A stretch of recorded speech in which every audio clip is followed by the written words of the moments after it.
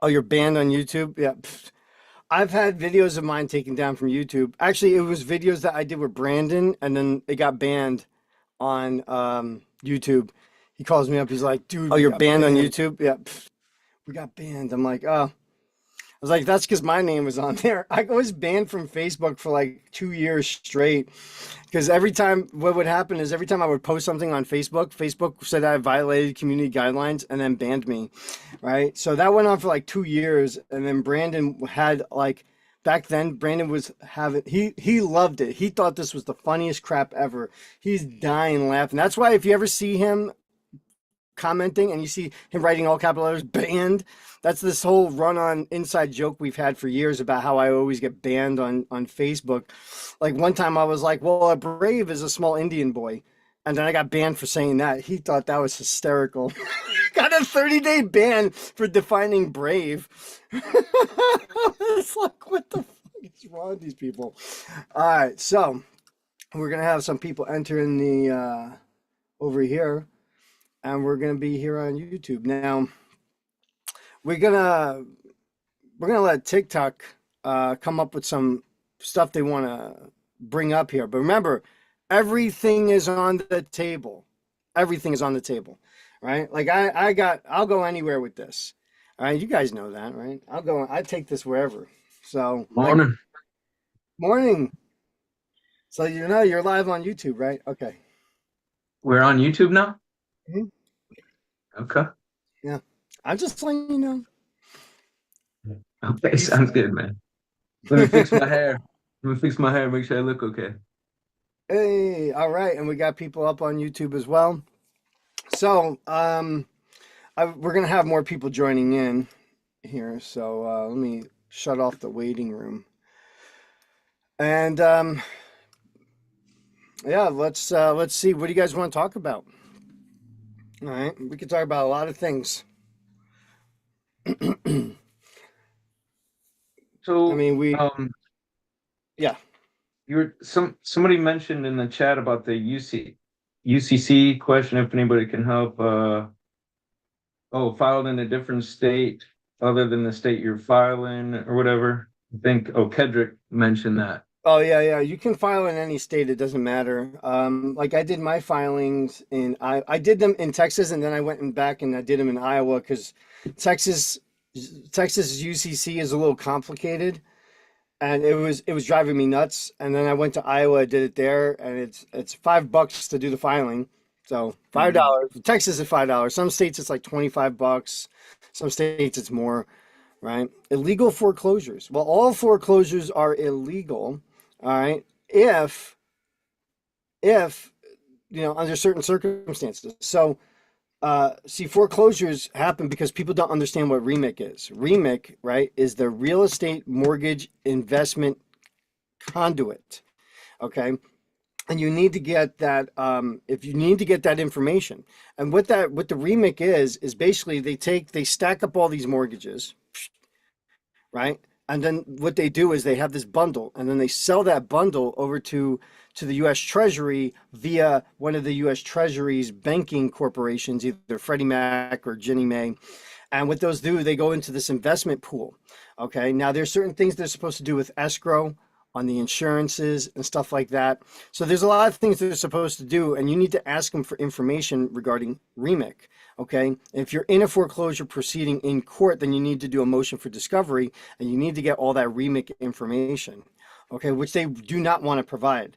I'm telling you, they freaking get nuts about providing that. Oh, but you have the right to know that stuff. Okay, if you're not in a proceeding, if you're in a non-foreclosure state, meaning or non-judicial foreclosure state, meaning that they don't have to bring you to court to foreclose on you, you have to use the Consumer Protection Bureau, and they really suck. They're not very good at it.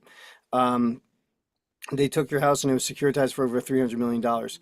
Yeah, see that, but that's the problem, though. The problem is once they've taken the house, we've never had success with it coming back, unfortunately. That's the one thing I'm gonna be honest. I've not been able to get the house back. Right, you're in a non-judicial state, so that's why. But yeah, what you need to do, I mean, in your case, there's things I would do. I can't say it on TikTok because they don't like talking about that on TikTok. But there are certain things you could do. Um, but I can't say it on TikTok because it has to do with IRS forms and stuff like that. So, right. So MERS is actually, right, the US Treasury. And if you go read this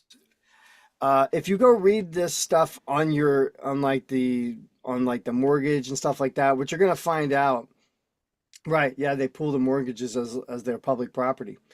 That what you have when they have like that deed or the warranty deed or whatever, those are trust contracts, okay? And what a trust contract does, any kind of all trusts split title. Like when I buy, like, let's say I buy this pen, right? So I buy this pen. This pen is mine. It belongs to no one else, okay? But let's say I put this pen into a trust. Now, on paper, the legal owner is the trust, but the ownership is split because the beneficiary is considered an equitable owner of this pen, meaning that legally it's not his, but he's entitled to the use of it, right? Would per whatever limitations he can use it to, right? But that's a split of ownership now, right? Now it has two owners. One is legal, being in their name, and then one being equitable, meaning you get the benefits or the profits of that ownership.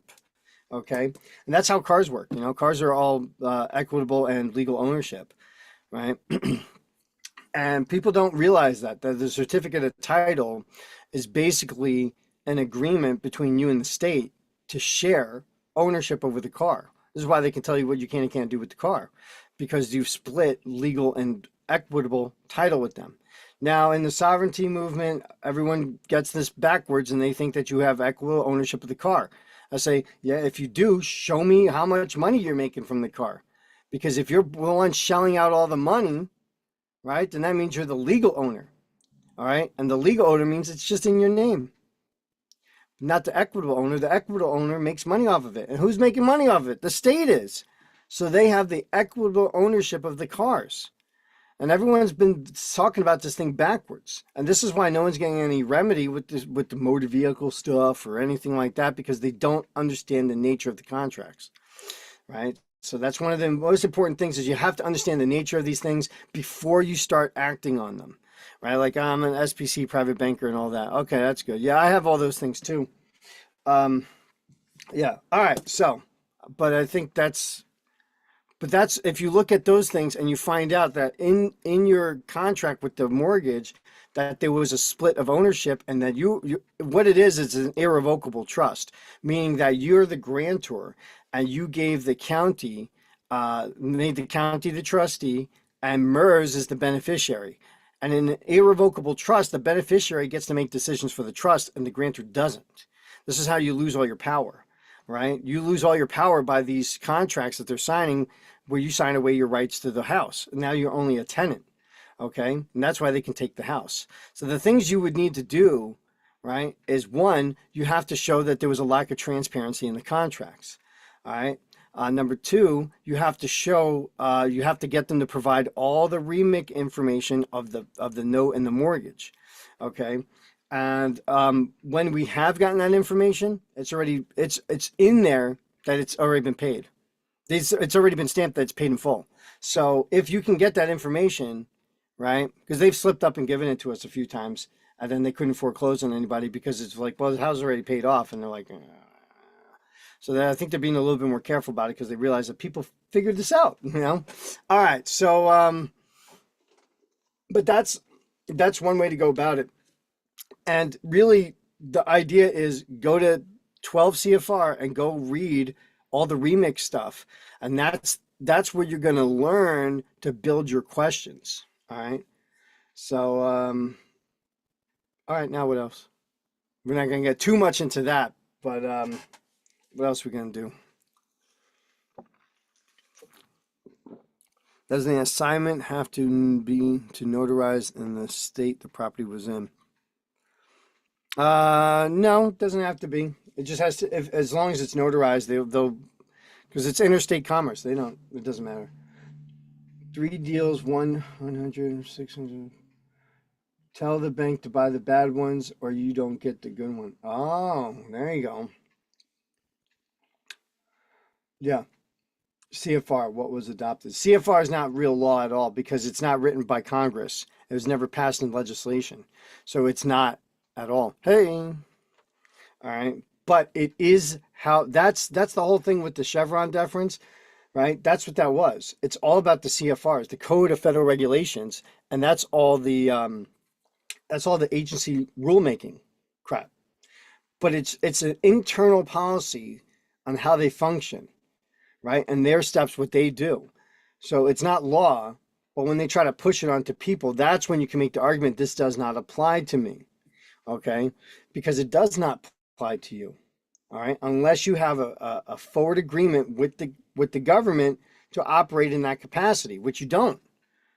Right. So this is one of some of the stuff that gets mixed up in this whole movement is that people think because the CFRs don't apply to me, everything else doesn't apply to me. Some of this stuff does apply to you. Positive law does apply because it has been enacted into law. Okay, so it's considered constitutional.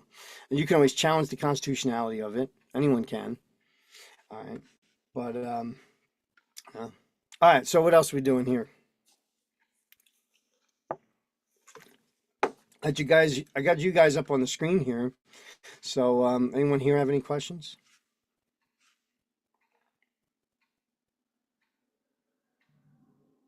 You're muted. He's muted. Setting up a trust. All right. So, real simply is this, right? There are a few key elements that are needed for a trust. One, there has to be property, okay? And there has to be property that you want to give to somebody, okay? Something of value, right? I have this thing valuable. I want to give it to somebody, right? That me having this property and wanting it to be beneficial to somebody else makes me the grantor, the funder of the trust, right? The real term is grantor or settler, right? That's what I am. Now I'm going to give it to somebody else, right? And they become the trustee. I'm trusting them to hold this for a third party, which is the beneficiary. That's really all it is for that's what a trust is. So when you ask to set up a trust, it depends on what property are you trying to set up. All right. Can you purchase property without a mortgage with tax forms and negotiable instrument? Um, you can't do it with tax forms, but you can do it with a negotiable instrument. Okay. Um, but you gotta understand how negotiable instruments work. Okay. Like I'm going to show you guys something. Right. Um, this is a negotiable instrument. Okay. It is not money. Okay. Everyone knows what this is, right? We all know what this is. Oh, that's weird. Why is it doing that? Let's try doing this. Let's see if that works. Why is it making you the speaker? All right, maybe we'll try it that way. Let's see. All right, anyway, this is money, right? Well, this is what they call money. This is not money. Excuse me. I have real money. I'll go get some. But this is a negotiable instrument. All right. Yeah, you can email me. This is a negotiable instrument. And all negotiable instruments have to be backed by something. This is a note. It's a promissory note, right? All notes are promissory notes. A note is a promise to pay.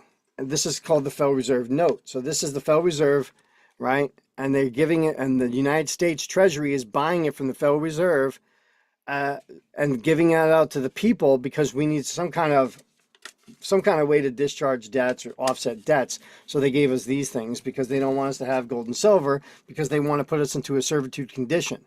Okay. Now this here is money. Right? This is money. This is 1 ounce of silver. It's a $1. $1. See? It's $1 of silver. You hear that, right? It sounds nice.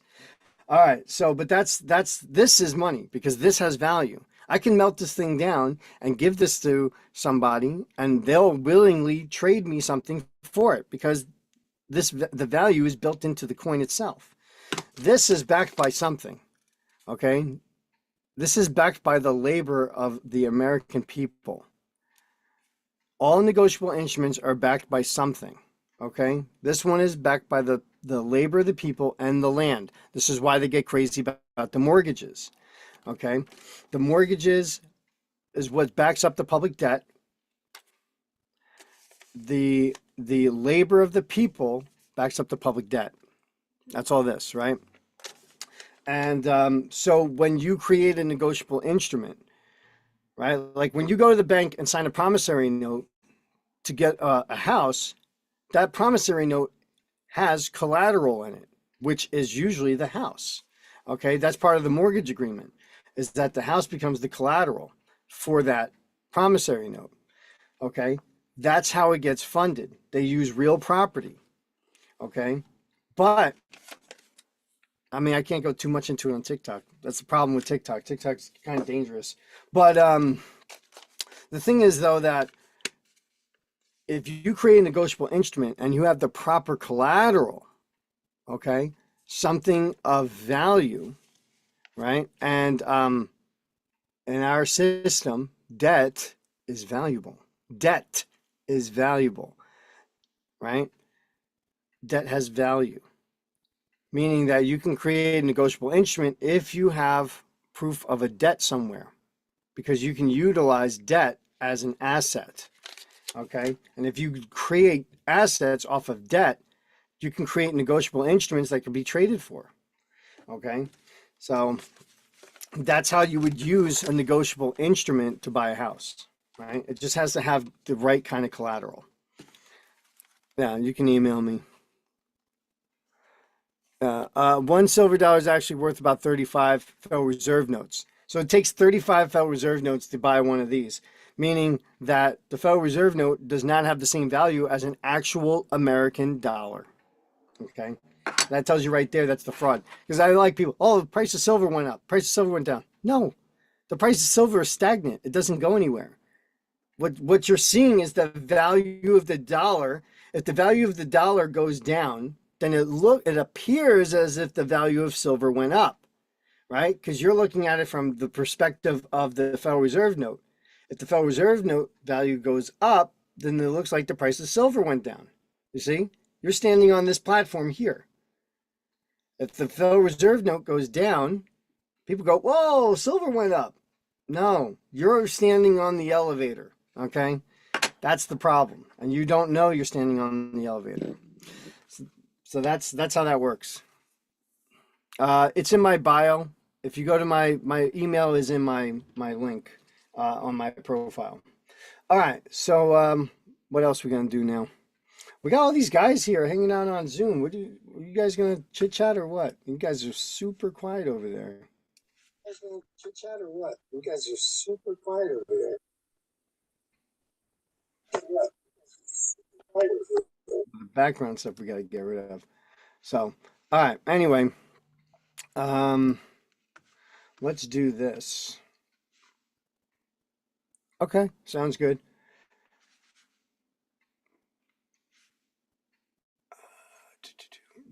Resident. The res is identified. Oh, I like that. Yeah. YouTube comments. All right, so now, what else are we going to get into today, people? We got a lot of stuff to talk about.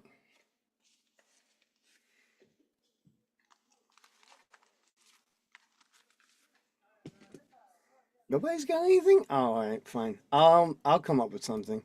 We'll do something fun. Unless everyone's really into this whole mortgage thing and debt system. If you guys are interested in that, we'll keep talking about that. Oh, yeah, that's a government website. Yeah, from yesterday. Property tax. Okay, property tax. That's real easy. We just covered this the other day, but we'll do it again. So there are easy ways to fight property tax, and then there are very complex ways to fight property tax. The easy way is just get them to prove that they're a government unit and that they can tax you, right? Off of your private property, right? Now, but the thing is this though, if your house is not paid off, right? It technically doesn't belong to you, meaning that they can charge you tax for it because it's really the bank's property at the moment, and they have to pay property tax because it's in a commercial agreement, right? So that's the property tax. Now, there is no law saying you have to register your house. Okay, so if you own a house free and clear, okay, there is no law saying you have to register your house. And if you don't register your house, then obviously you're not going to be paying property taxes. So when you register your house, you made the mistake of, you know, putting it on in a public capacity. Now it's public, meaning that it's government.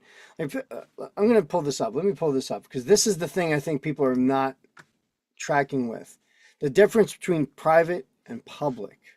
Okay, there is a big difference between these. So let's go here. We gotta go. Okay, here. Found it.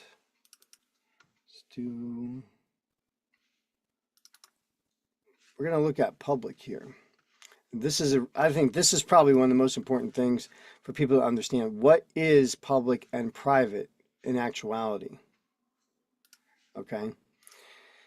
And I'm going to show you guys. So this is Black Law's 4th edition. We're going to go down to public.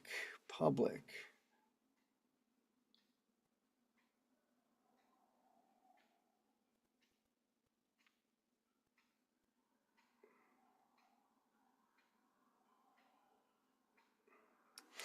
And a little clue is that the First Amendment auditors kind of already have this, and they've been kind of sharing this idea around, but no one's really clicking with this concept of public. They walk into one of these buildings, one of these government buildings with their cameras on, and they're told to turn them off. And they go, well, isn't this a public place? They go, yeah. Well, right there, that tells you what public is, but we're going to look at it anyway. All right. Public.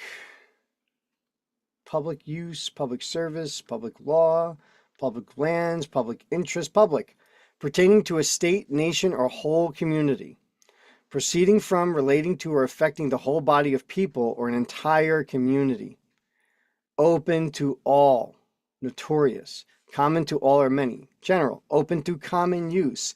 When you go register your house, right, with the county, which there's no law saying you have to do that, okay, you're now making it public, which means it's open to common use, which means it can be taxed.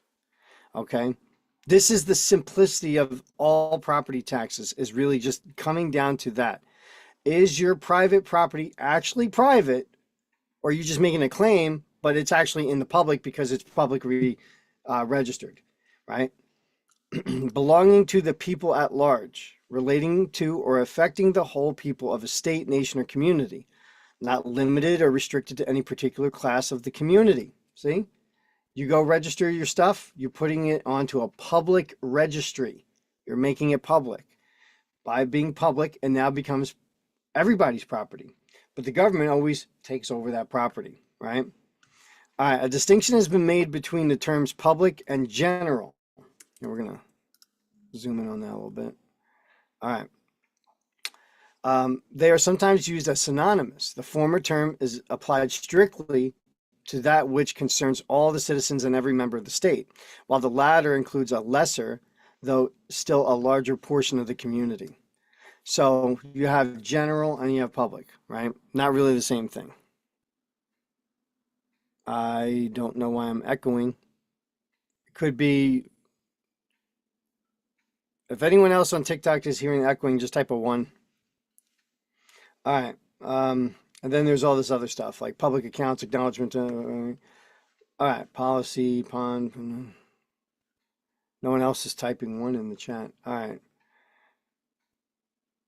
Yeah. All right. Type a 0 if you don't hear the echo. That works. Type of 1. All right. Public building, one of which the possession and use as well as the property in it are in the public. Any building held, used, or controlled exclusively for public purposes by any department or branch of government, state, county, or municipality without reference to the ownership of the building or of the realty upon which it is situated. Okay. So that tells you right there, do they actually own those buildings? Because if they don't, they're your buildings, right? Okay. All right. A building belonging to or used by the public for the transaction of public or quasi-public business. All right. Too bad they didn't define public business. Public character, an individual asks for and addresses public recognition, such as statesman, author, artist, or inventor. Okay. All right, let's look at public interest. Something in which the public, the community at large, has some pecuniary interest or some interest by which their legal rights or liabilities are affected. It does not mean anything so narrow as mere curiosity or in the interest of the particular localities, which may be affected by the matters in question. So look what it's saying here, okay? Once you put something into the public registry and you register your house in there, what happens is that your legal rights and liabilities are affected, right? Some interest by some of this interest, okay? This is why you end up paying property taxes. Okay, they don't really own them. They can't really put in their name. It said it right in there. How do you unregister your home? That's a great question. So there's a bunch of things you can do to unregister a home, but you have to make sure you have everything set up before you execute it. Okay, there's a lot of things that need to be done in order to make that effective. Okay, that you can do on the back end. Okay, and then what you do to unregister it, you have to put in notices that this has already been done. And then by doing that, then it comes off the public registry. And then you're removed from the tax rolls. And we've done it. It's worked before. So I might, yeah, I do. I will be. I will do that on how to do that stuff. I have a whole thing for that. So I will be showing that probably later on. It does not mean anything so now. Oh, we already read that. If by public permission one is making use of public property and he chances to be the only one with whom the public can deal with respect to the use of that property, his business is affected with a public interest, which requires him to deal with the public on reasonable terms. Okay, you see how this correlates to property taxes? All right, because you're using that house for yourself, but it's public property because it's on a public registry, meaning that now you have to pay for the use of that public property. Okay, that's what's going on here. I mean, there's more layers of it, but you got to skim off the layer by layer, right? Because I know someone's going to say, "Well, no, what about this?" Yes, there's more to it than that, right? But we're peeling off the layers of this. Okay. This is an onion. You got to do it layer by layer, okay? Yeah, hey, good to see you, man. I haven't seen you in a long time. The unknown icon. Good to see you, though. Yeah, I'm always up, man. I sleep fast. That's my secret, right? I'm up late at night and I'm up early in the morning because I sleep faster. That's my secret. Hurry up and sleep. All right, good to see you, man. The circumstances which cloth a particular kind of business with a public interest as to be subject to regulation must be such as to create a peculiarity, close relation between the public and those engaged in it, and raise implications of an affirmative obligation on their part to be reasonable in dealing with the public. Now that's pretty wordy right there, right? But we're talking about a public interest subject to regulation. Okay, this is public interest, and this is what's happening, right? I think it's starting to make more sense, right? How like this, your home is not private. You say it's private, but there's all this evidence pointing to it being public property, right? Anyone can go down to the county, go look at the county records and go, you own this house. Well, it's not private then, is it? If anyone can go look it up and go find out anything about your property, that means it's public information. It's public property. Okay, they could get the lot number and all that stuff. We've had people's stuff removed out of the county record. Okay, so once that's happened, it's not there because it's actually in the private. Okay, so it's really, really interesting to see when someone does these things right, the things that occur because of it. And you don't get any back. None of these people get, when you do this whole thing correctly, there's no backlash from anyone. There's no lawsuits. There's no nothing. It's just a quiet, oh, okay. They know what to do when you do it right. When you do things wrong, like see, here's the other issue is that people are like bulls in china cabinets. Okay. You come in with all this rage and anger the moment you find out that you've been lied to your whole life and defrauded your whole life. And it totally makes sense. Right. And then they want to go in and wreck it. I'm going to destroy this thing. Right. And then the guys over here, like the government is like the china cabinet store owner. Okay. And, you come running in and destroying the store, and he goes, "What the hell are you doing?" But if you go in there and you're like, "Hey, look, um, I'm not really a fan of China.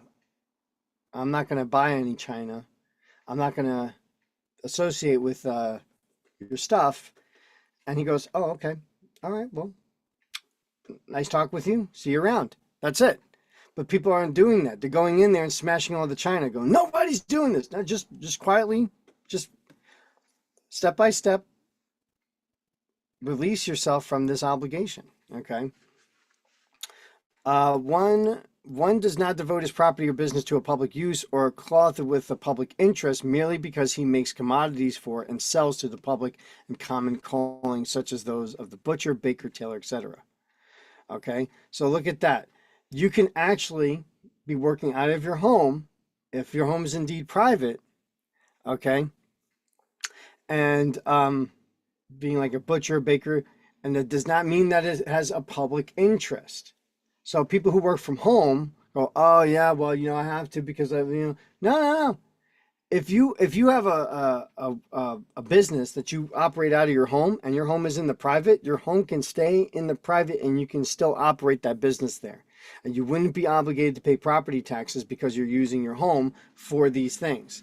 Okay? So that's why I'm saying you got to peel back the layers. All right. A business is not affected with a public interest merely because it is large or because the public has concern in respect of its maintenance or derives benefit, accommodation, ease, or enjoyment from it. All right. The public lands, the general public domain, unappropriated lands, lands belonging to the United States and which are subject to sale or other disposal under general laws and not reserved or held back for any special government or public purpose. So remember, they do claim a lien on all the land, right? The United States put a lien on all the federal property, or no, excuse me, on all the land, right? And that's what's backing, right, the Federal Reserve notes on top of the mortgages and stuff like that, solidifying that whole thing, okay? As we were talking about earlier. So yeah, this all comes together, right? All this stuff is connected. Like it's not a coincidence that the mortgages, turn MERS into a beneficiary, and that the United States government has a lien on all the property, on all the land in the country. That's why people are paying these taxes. So it's all put together. This is how they're doing that stuff. This is how they connect these things together. All right. Public lands. All right. Public laundry. Right? Public laundry. That would be, I guess, public dirty laundry. I guess we would call politicians. Right? All right. All right. Anyway, we don't need to talk about that one. All right. Public law, the branch or department of law which is concerned with the state in its political or sovereign capacity, including constitutional and administrative law, and with the definition, regulation, and enforcement of rights in cases where the state is regarded as the subject of the right or object of the duty. Okay, now this is an interesting thing. I know it kind of is moving away from property for a minute here, but understanding what public law is the state operating in a sovereign capacity using constitutional and administrative law, right?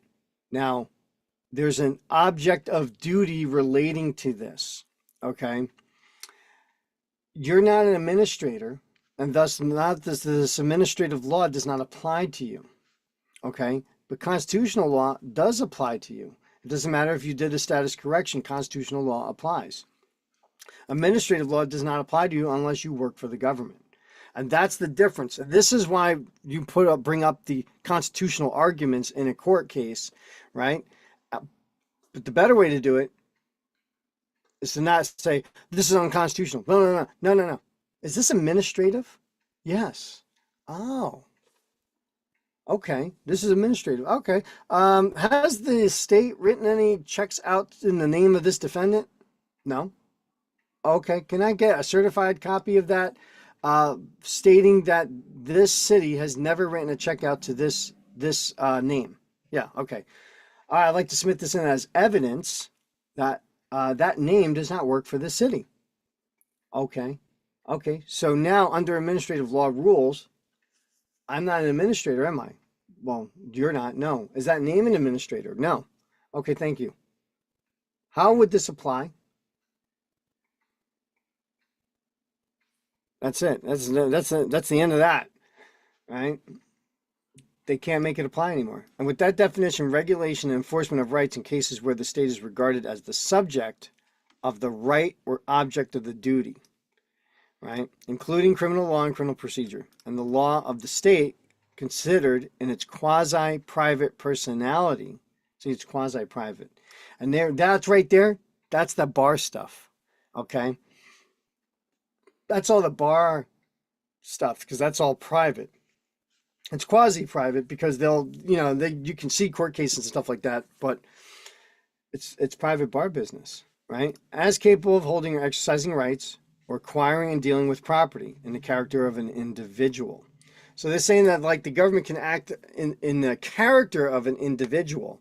And that's proof right there that individual does not mean man or woman. So when they go, well, it says you're an individual, like an individual what?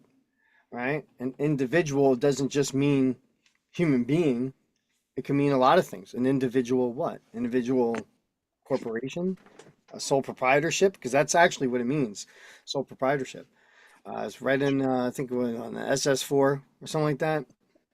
Is it that one? One of those IRS forms tells you right there that the sole proprietorship is an individual. All right. That portion of law which is concerned with political conditions, that is to say, with the powers, rights, duties, capacities, and incapacities which are peculiar to political superiors, supreme and subordinate. Okay. In one sense, a designation given to international law as distinguished from the laws of a particular nation or state. In another sense, a law or statute that applies to the people generally of the nation or state adopting or enacting it is denominated a public law as contradistinct from private law affecting only an individual or a number of persons. And that right there, private law is your trust. You have a trust. Yeah, quasi means fake. If you have a trust, you are creating private law. Okay. And when you can create private law, you retain all your power. Okay. And that's why it's better to operate through trust than operate with the legal name because the state and the federal government have a claim over that name. Okay. The birth certificate is part of that. Just like we were talking about before about equitable title and legal title. What is the birth certificate? Okay. So just go back to that and just think about what we're talking about there and then equate that certificate of title with the car, right? And that trust agreement between you and the state with the birth certificate. Okay. And there's a lot more stuff on that, but TikTok. All right. So, but that's the first thing to understand when it comes to property taxes is that the thing you're fighting, you've already agreed to in the first place, right? So what you have to do is you have to peel off the layers of the onion piece by piece, okay? And yeah, just like in real life, when you peel off an onion, you're going to start crying when you go through this, okay? Some of these things are going to be a little tough. It's going to be a little hard. You might shed some tears, but if you work your way through it, at the end, you got yourself a nice hearty meal. All right. So, yeah. And that's another thing. I'm glad you brought that up. The title company, right, has, that's a part of the whole thing is the title company. Okay. The title company, they had a job to inform you properly of the situation, and they didn't. And because of that, they're liable. They're liable for all the stuff that they're doing. Okay.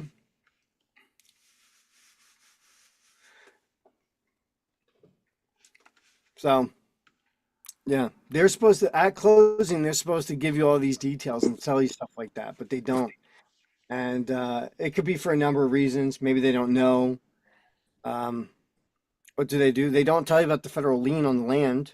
Number one. Number two, they usually give the wrong types of titles or deeds, right?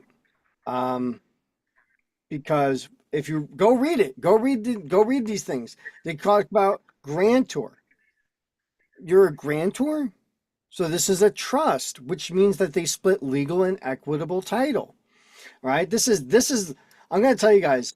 What like this is why trust law is so important to understand because once you understand, and you know what? Let's just go look it up. Let's go look up legal title and equitable title. All right, let's go legal. I want you guys to see this legal name, legal term, legal notice. Where is it? It's over here. Legal title. Okay. And we're gonna play this out a little bit too. So we're gonna like sketch it out a little bit in here, so that way you can really wrap your head around this concept: legal title and equitable title. And this is what trust law is all about. Okay. And once you understand trust law, you have power. That's just understanding this information is power. One, cognizable. All right. And we're gonna look these words up too. Cognizable. I don't know. I say a lot of these words wrong, but I don't care. Cognizable, right? Um, where's my? Oh well, whatever. Find a. I have a dictionary app here.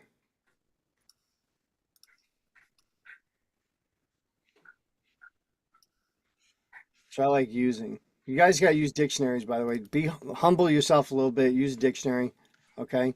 I promise you, if you do it after a while, your life will be so much easier studying this stuff if you just use dictionaries to look up words, okay? And just humble yourself a little bit. Don't be like, oh, I know everything, because no, you don't. Obviously, I mean that's why you're studying, right? All right. So one cognizable, I still can't say it right. Cognizable, right? This is something that you can clearly see. It's identifiable, okay? Or enforceable, meaning that you can enforce, right, the rules or the contract or how it's set up. Hey, Mary, good to see you. Um, I don't know what London and stuff like that does. I haven't studied those areas, so I don't know. Let's see. But one has to be clearly identifiable or enforceable in a court of law. That's legal title. Or one which is complete and perfect so far as regards the apparent right. See, it's an apparent right of ownership and possession, but which carries no beneficial interest in the property. Okay? See what's happening here? Okay? The apparent right of ownership and possession, but there's no beneficial interest in the property. Another person being equitably entitled thereto. Okay? This is what legal title is, right? It's in the name. Apparently it's yours, right? Call the DMV. Give them your car, your VIN number, and say, "Do I have legal title over this car?" And they're gonna say, "Yes, you do." Go to court, right? I don't know if it's a speeding ticket or something. Go to court and say to the judge, "Do I have legal title over this car?" And you're gonna go, "Yeah." They're all gonna tell you the truth. You have legal title over these things. You have legal title over the house. You have legal title over the car. You have legal title over your children, right? You have legal title over these things. One, clearly identifiable, cognizable, or enforceable in a court of law, or one which is complete and perfect so far as regards the apparent right of ownership and possession, right? But which carries no beneficial interest in the property, right? A beneficiary is protected from lawsuits because they only have beneficial interest, meaning that because it's not in their name, they're not the ones that are obligated on it. They can only benefit from it. This is why trusts are so important. Okay. I'm, someone's muting. Okay. That's all right. If you want to unmute and interject, that's okay. Oh, Yeah. all right.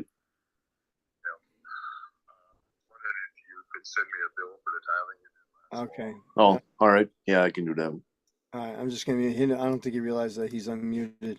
Okay. Anyway, but that's it. That's your legal title. Okay. It may also mean appearance of title as distinguished from complete title. So they're telling you right here, legal title doesn't mean you have full title. It's not complete. Okay. Full and absolute title or apparent right of ownership with beneficial or equitable title in another, not necessarily record title. Okay. It's an appearance of title. It's not a complete title. Okay. Now we're going to look at equitable title.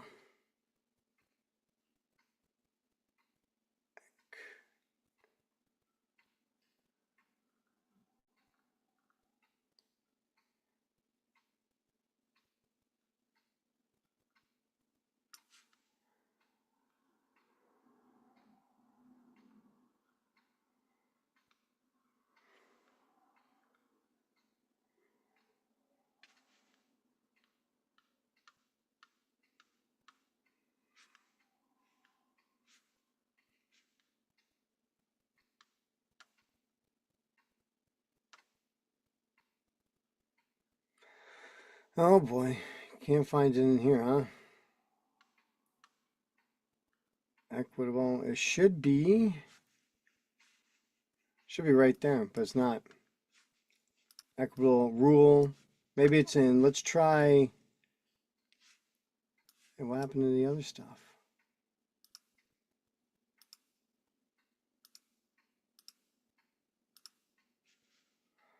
Let's try another. Let's try Black Law's 6th edition. Maybe we'll find it in here. Okay. Let's try this one. Now we're in Black Law's 6th edition. See, they make you hunt for these things. You got to go hunt. Okay, equitable.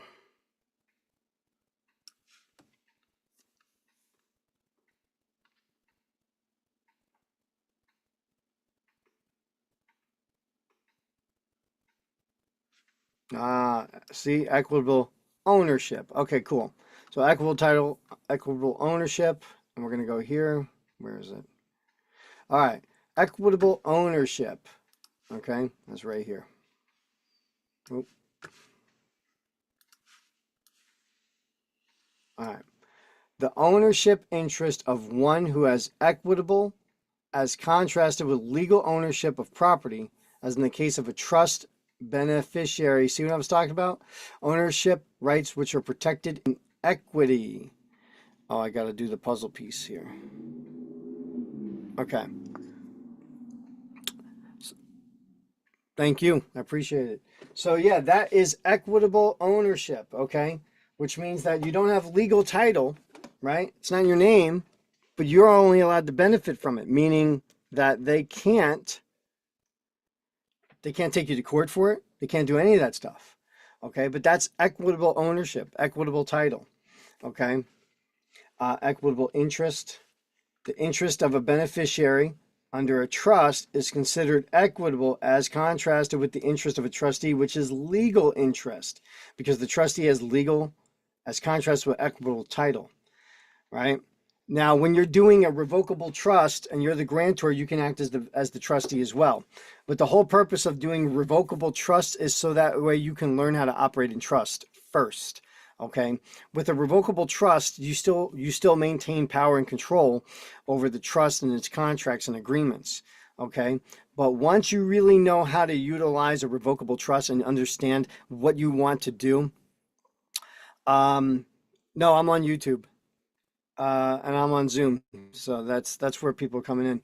But if that's how that works, once you have uh, once you have a trust set up the way you like it and you can understand how to operate in that trust, okay, you can start utilizing irrevocable trusts, okay, where you would become the beneficiary. You can be the grantor and you can be the beneficiary of an irrevocable trust, but you cannot be the trustee, okay, because then that would be considered an invalid trust, okay. That's called a pure contract trust, and they're void on their face. Okay, because now it's basically just like it's an alter ego of yourself, right? So they consider that just invalid, and it is, right? If you're just utilizing a trust to be all three entities, they can sue you, they can take you to court, they can destroy you because that trust is just an alter ego of you anyway. Okay, but if there's an actual beneficiary involved, which in some cases you want a revocable trust, right? You can use a revocable trust as a testamentary trust, which is a trust for like a will, like a last will type of thing, right? But what happens is because of that revocable trust, in the case when because once you pass away, that's it, right? You have no control over it anymore. You're gone. All right, it becomes irrevocable. But the issue is that with those kinds of trusts, you want them to be revocable so that way courts can have jurisdiction over those types of trusts. That way your beneficiaries of that specific trust can be protected and have a right of recourse if the trustee that's left over decides that they're going to invalidate the agreement of the trust. That's why certain trusts you want to have be revocable and you want them to have state jurisdiction over because of those kinds of situations. Other trusts, like irrevocable trusts, like they can't bring charges to you. They can't do anything because if you're the beneficiary, well, they have what's called a spendthrift clause inside of these irrevocable trusts. And those spendthrift clauses, what they do is they prevent the beneficiary from having to spend over a certain amount of money, meaning that a lawsuit could invalidate the trust. And like we were saying before, a trust is private law. You're creating your own law privately, and they have to respect that. That's why that's why when there's a trust involved, they have to do courts of chancery, equity courts, because of this whole thing with trust and stuff like that, it's private law, and the only thing that applies because public law doesn't apply to a trust, it's private law. So they have to use equity principles, okay? And it changes the face of everything, okay? I had this happen to me. I had a whole bunch of traffic tickets. I went into court and I looked at the prosecutor and I went over to him. I said, "Hey, he goes, yeah, you got a lot of tickets, man, for all this stuff with the car." I said, "Yeah." I said, "Well, I mean, it's not my car." And he goes, I'm like, "Yeah, it's in a trust." And I give him the thing. He looks at it, he goes, he's really mulling it over. He's like, "Okay, we'll just drop those then. All right, we're fine. That's it. We'll just drop them." And he thought about it. He goes, "Crap, I have to bring charges against the trust now," meaning that the municipal court can't handle that case because it's beyond their scope, right? They can't do it. If they were to do it, they can't use state statutes anymore. They don't apply, right? Because the car is in a trust. And because it's in a trust, only equity maximums apply. Okay. And because only the equity maximums apply, guess what? That means the state statutes that said you violated this statute, you violated this statute, it don't apply anymore because you're under private law from your trust.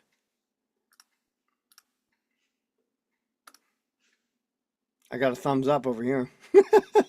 This is what I'm seeing. All right. And we could look at some of those maximums here. All right. Oh, yeah. And then this is another thing. I was showing somebody perfection, validation of a security interest against other creditors, usually by filing a statement with some public office or taking possession of the collateral. Anyway, we're not going to talk about that. I was just coming here because I was going to show you guys. If you have Black Law's 9th edition and you go down to all the way to the bottom, right? What you're going to get, you got all these legal abbreviations, stuff like that, and you find legal maximums. Okay. And in these legal maximums, you will find equity maximums. And this is what they utilize inside of those courts of chancery rather than statutes, right? So, but there's a lot of legal maximums in here, right? Quibbling over words is unworthy of a judge. Oh, oh, there you go. That's a good one. All right. The laws of England are favorable in every case to liberty. That's an interesting one right there, huh? Screen. I'm over on, I don't know what are you looking at? I guess my screen sharing stopped, huh? Something happened.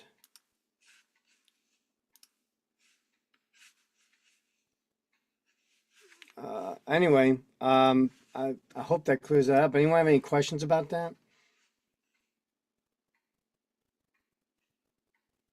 What is the process of putting your car in the trust? Oh, that's really simple. If you want to do that, you just sell it to the trust, for 21, ounces of silver or something like that, and go put the DMV on notice with it, and they'll probably tell you have to just update the certificate of title. But once it's in the trust, the trust will have legal ownership over it. Okay. China shop. Interesting. Yeah. All right. So, any questions about that? Yeah, you're welcome.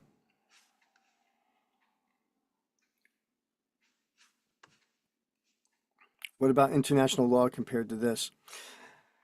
I mean, I went through the law of nations a little bit and some of the United Nations stuff, but I mean, to me, I don't.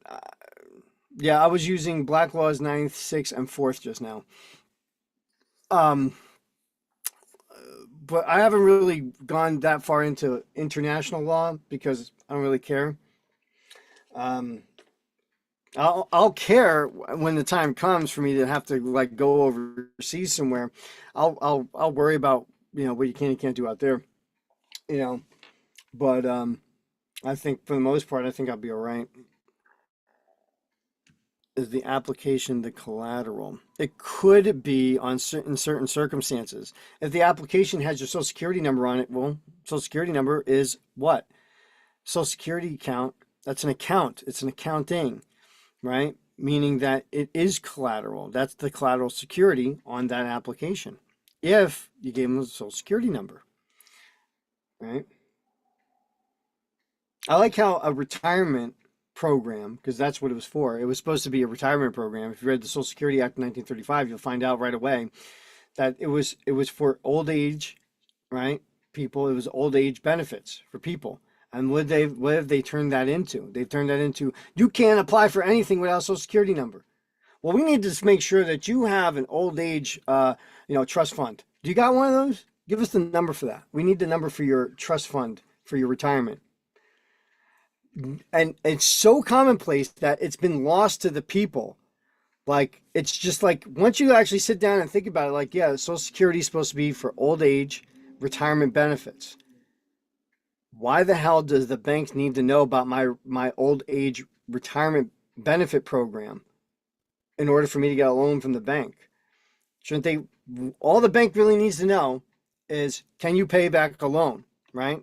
In their world, right? Pay back a loan. Do you make enough money to do that? If you make enough money to cover paying back the loan, that's all they need to know. But they're like, well, we need to run your credit score. We need to do this. We need that's all BS.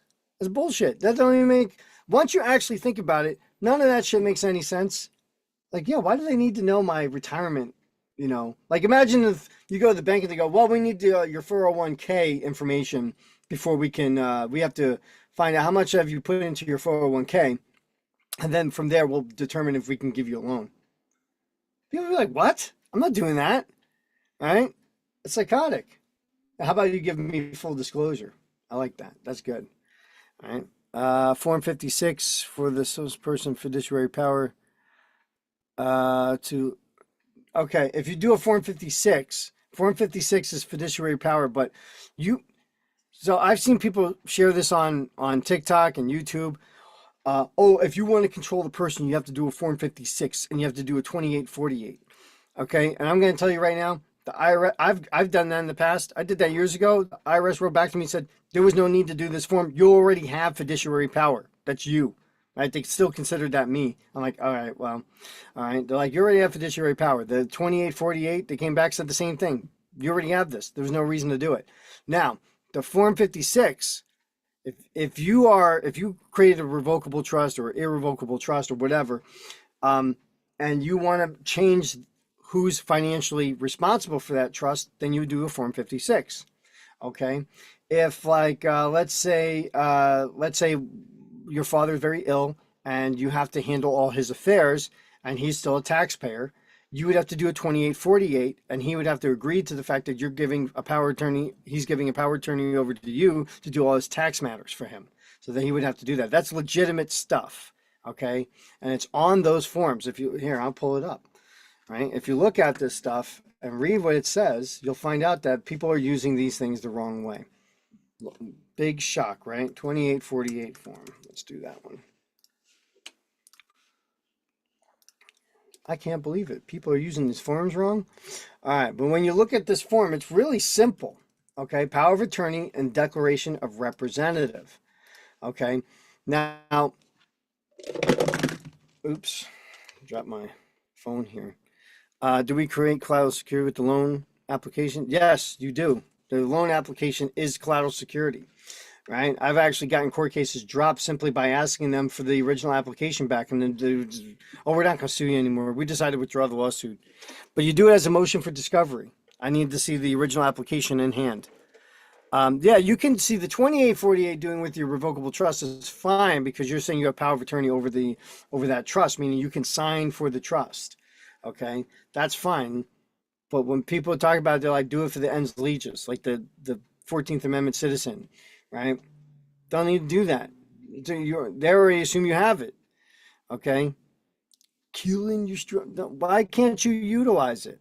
You can't really kill something that's not, I get what you're saying, but there's no reason to do that. That's that straw man, right? Which is an ens legis. That's the real term for it. It's an ens legis, and the ens legis is your company. It is your vessel that you use inside commercial stuff, right? Nobody is going fully into the private. It's not happening. You want to go fully into the private? Here's what you do. Throw your phone in the trash, leave your house, go into the middle of the woods and go build a tree fort and live there. That's how you get into the private. Okay. Other than that, if you're going to live in society with everybody else, you're going to maintain the ens legis for those purposes, but you do have to separate yourself from it, right? And you utilize the remedies that the government has given all of us in order to separate ourselves from that thing. Stop using legal and beneficial, equitable title over things, right? Or you learn how to use that correctly. But you're not going to kill the straw man because it's still being used to back up the public debt. Okay. Yeah, just have the drones as your neighbors. There you go, right? But if you go do that, then that would be living in the private. No one's going to bother you, right? You wouldn't have to pay any taxes. You live off the land, you know. But if you're going to live in society, you're going to intertwine with all these companies and stuff like that. And you need a way to do business, right? So you use your commercial entity for that purpose, right? Own the ens legis, have control over it, take the control. It's abandoned property from the state. The state created it, and then they wait for you to come along and say, yeah, that's me. And they go, we got you, trustee. You're the trustee. Now we can sue you in court. It's trust law. That's all it is. All right. Everything revolves around trust law. All right. Power of attorney and declaration of representative, right? So taxpayer information, representatives, right? By the way, you can go get a CAF number for your person. Okay. And then that proves that you actually you have power of attorney over that. That's all you need is the CAF number. And anyone can go do that on IRS website. It takes like 5 minutes, if that, maybe even less. But now look what it says here. If you look down in here, right, it says designation, right? And it gives you designations of that you're one of the people, declaration of representative, right? You're either an attorney, a CPA, an enrolled agent, an officer, full-time employee, a family member, enrolled actuary, okay, or an unenrolled return preparer, right? Qualifying student or law graduate, an enrolled retirement plan agent. Those are the people that can do these, be a representative. That's what I was saying. Like, you can do that because they allow family members to do it. And in the past, we thought about doing stuff like this, but I just from all their stuff, right, that I got back from them on doing these processes, I was like, it doesn't, they're not doing, it doesn't do what people claim that it would do, right? But you just go get the CAF number. That's all you need. And that you could do that right on the IRS website. You have to sign in too. You have to sign in though.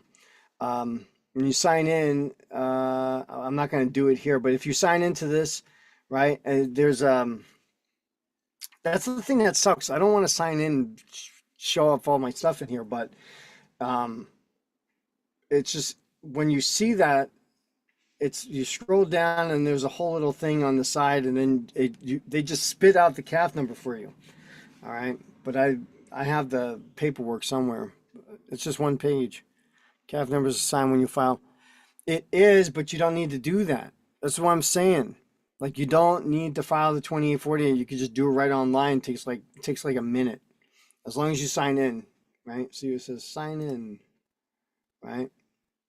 Your account service unavailable. Well, it's Saturday, so that you can't sign in right now. All right, and you sign in as an individual, right? And then then it'll give you the option to get a CAF number, and you get the CAF number. All right. So it is actually really simple, but you don't need to do the 2848 to do that. Do you need the 98 EIN? I have several 98 EINs. I do use them for contracting when I do. So I do work, and I contract with like the cities and stuff like that. Because I do music seminars for libraries and stuff, and because of that, I have to contract with them. I'm not going to contract with them, but I use the 98 number to contract with them. So that way there is no tie back to the Social Security person. Okay.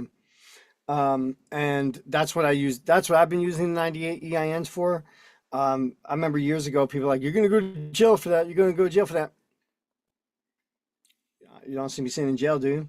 So, I mean, obviously you can't do certain things with it, right? But the 98 number, and the way I tell people to do it is pretty legitimate. So, I've never had a problem with them. But I use that for contracts with these public entities because that's a trust number, right? And I have a trust involved. So when they send me like checks, it's not for me, it's for the trust because that's who's contracted with them. Okay. And that's it. It's really simple. So that way I can go down and go, did the city write a check to this name? They go, no. And I go, thank you. That's it. See? Your administrative law doesn't apply now. All right, so really simple, right? But if you're an employee, that's what it means. Look, let's do this.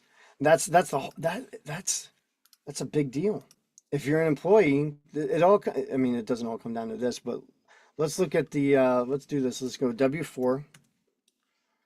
Okay, employee withholding certificate. Employees withholding certificate. Now, I've gotten this confirmed by the IRS in a number of different ways from a number of different people, okay? So it's calling me and it's making a weird buzzing sound over here. All right, so I've gotten a number of people over the years have sent all kinds of stuff in, and the IRS comes back and says, yes, we can tax you because you signed this with this W-4 employee withholding certificate, okay? And they're utilizing a certain portion of the IRS code, which I'm going to show you right now. So it's 26 U.S. code. I think it's 3406. I could be wrong in the number, but backup withholding. Let's go here. Let's do definitions. Yeah, 3401. So we have wages, right? Performed by an employee for his employer, right? That's services performed. But what do they mean by employee? Okay. We're going to look at the definition of employee.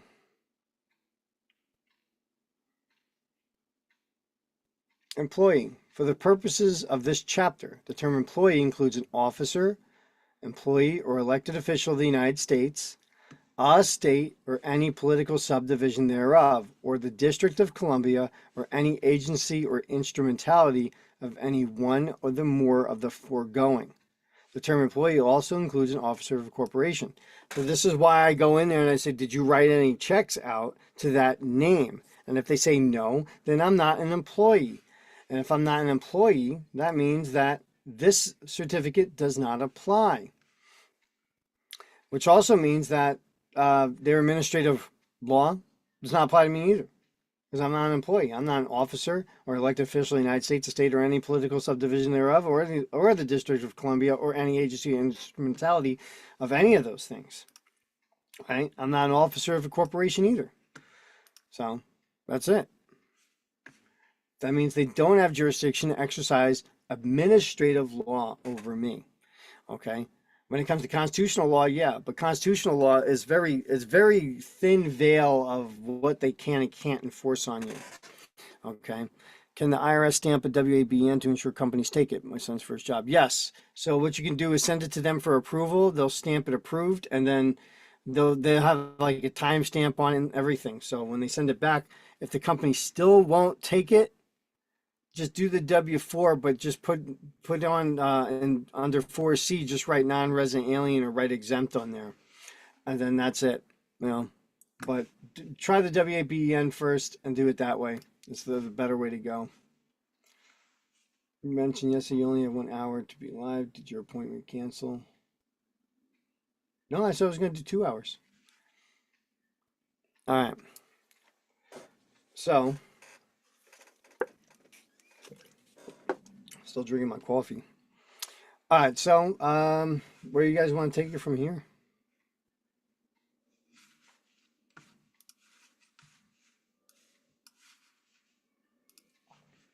Let's see, YouTube. What number are you referring to? CAF number. Oh, CAF, C-A-F, CAF number. Okay, that is, what is it called? Central Authorized File Number or something like that. But that number is just, it just shows you a power of attorney over the name. But once you have that number, like people have done the 2848 and gotten it, but like I said, you don't need to do that. They'll just give it to you right off the website. So save a mailing, just do it online. It's a corpse. Yeah. Yeah, it's corporation. But you're acting as the officer of the corporation. That's why they're taxing you, right? That's why they're doing all that stuff. You don't have to act as that, right? Is there a plus to taking control of the deceased family member's name? Well, there could be. I mean, it depends. If that's a there's a lot behind that one. I don't know if I would even get into that because there's a lot of variables to that one. Taking control of a deceased family member's name or social security number. I did it when my mother passed away. People were trying to get all of her stuff, and everyone was making claims to her things. And what I did was I went and became the executor, and then put the court on notice, and the court dropped everything. And then the people fighting me about my mother's property tried to sue me. And then the court wrote back saying they're not taking this case because I'm already the executor, and basically what I'm exercising the will of the estate, and so the court agreed with that, and then they tried to sue me personally for interfering with them trying to rob my mother's estate, and that got shut down real quick. I just wrote back to the lawyers, and they said they're not going to take the case, and that was the end of that. But yeah, that could be a whole other thing, which would be a really cool topic, but that would be kind of messy to get into. Common law, writ of execution. Nobody in the Zoom chat is talking. You guys can unmute and have a conversation here. They're shy. They're all shy. How do you find all the securities on your name? All the securities, by looking. Sorry, I couldn't help it. All right. If you want to find all the securities on your name, what you're going to have to do is you're going to have to find every contract you've ever signed, every financial contract you've ever signed, and go plug it in that account number or that application number, whatever it is, into fidelity.com. Go to fidelity.com, and you have to plug it in and go searching through there. And you'll find, so you're probably never going to find all of them unless you really just never made that many contracts. But I show you how to do it in a Rumble video, how to do it for the Social Security account. You can do it for the birth certificate. Like I have those. Those are the major ones anyway. And then how do we put it into Social Security for 40 quarters? Oh, if we put into Social Security for 40 quarters, how do we get the employer to stop taking out? Well, this is kind of like a double-edged sword here, right? So if you have your 40 quarters paid in, right? That means 10 years of paying into Social Security.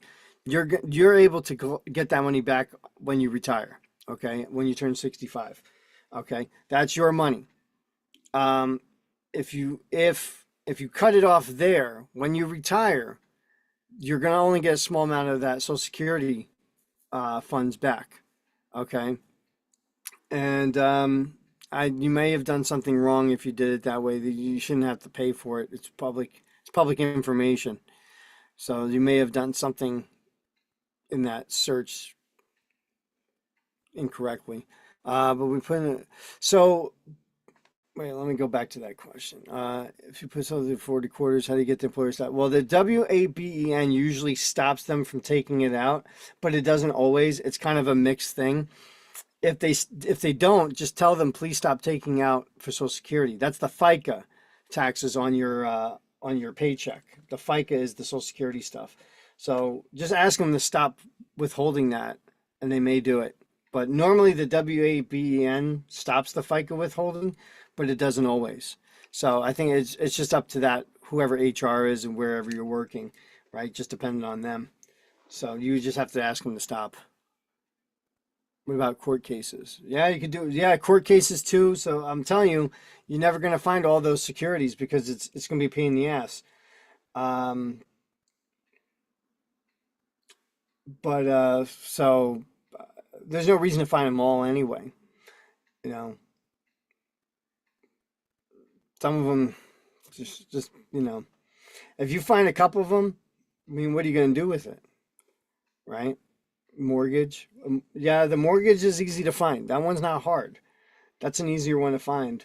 It's a little bit of digging. They're all digging. I'm not going to say they're easy to find, but some are easier and some are harder to find. So it just takes whatever, effort you're going to need for it. Well, whatever effort you can actually handle. So sometimes some people can't do it too long. Just need a few. Well, I do have a video on Rumble that shows you how to find all that stuff. So you can watch that video on Rumble and I'll show you how to do it there. Hey Joe, it's Robert. Hey, but Tony, Yeah, I got a quick. good point real quick. That's a good point. Exactly. What are you going to do with them once acquired? But yeah, go ahead. What were you saying? I just had a question on the CAF number. Yeah. So is that you just go on the IRS website, you find where it's down there, you click on it for the CAF number. Do you have to upload your personal power of attorney over your Inslegis or anything? It does it right through there? Yep. It's like so easy. I did it so quick. I didn't even, I forgot how I did it because it was so easy and so fast. I was like, wait, crap, I should have wrote that down. Okay. Like that's what it was like. It was like boop, boop, boop, done. I was like, oh crap, okay, done. Actually, do I have a copy of mine? I could probably look at. I'm not gonna share it, but if I can find mine, then I will. How beneficial would that be in a case where you're like my court case with my truck deal? Would that be beneficial to have that? No, not really. It's more for like if IRS is trying to come after you or something like that. See, this is the thing I love about this. You got to get the CAF number, and what are you gonna do with it? No, I use it like in court cases and stuff like that. For and you could use it on your court case. All you would do is just put in, your CAF number, showing that you have power of attorney over that entity. But this is a contract dispute. It doesn't play out the same as like a criminal charge, right? Gotcha. On a criminal Okay. charge, if you show you have power of attorney over that, it kind of like not a real criminal charge. We're talking like maybe like, one of these stupid, like a motor vehicle charge or some crap where they call it criminal and it's not. Right. Fake rules, that they fake crimes. Okay. Thanks for clarifying. But yeah, that's what it's really good for, is stuff like that. So like if you get a motor vehicle charge and they're like, "Oh, you were doing this," like, well, no, that's not me. I got power of attorney over that thing, but having power of attorney doesn't mean that you're also liable. Nice. Thank you, Joe. Yeah, you're welcome. Everyone acts like they're gonna helicopter drop millions in your driveway. Oh yeah, I know. What kind of trust would you set up for a kid without birth certificate? Um, I mean, how old is the kid? I mean, if they're really young, I would just do, you could just do a revocable trust and be the grantor and trustee. And, technically, as a parent, as a mother or father, you have a trust with your children. Okay, almost 13.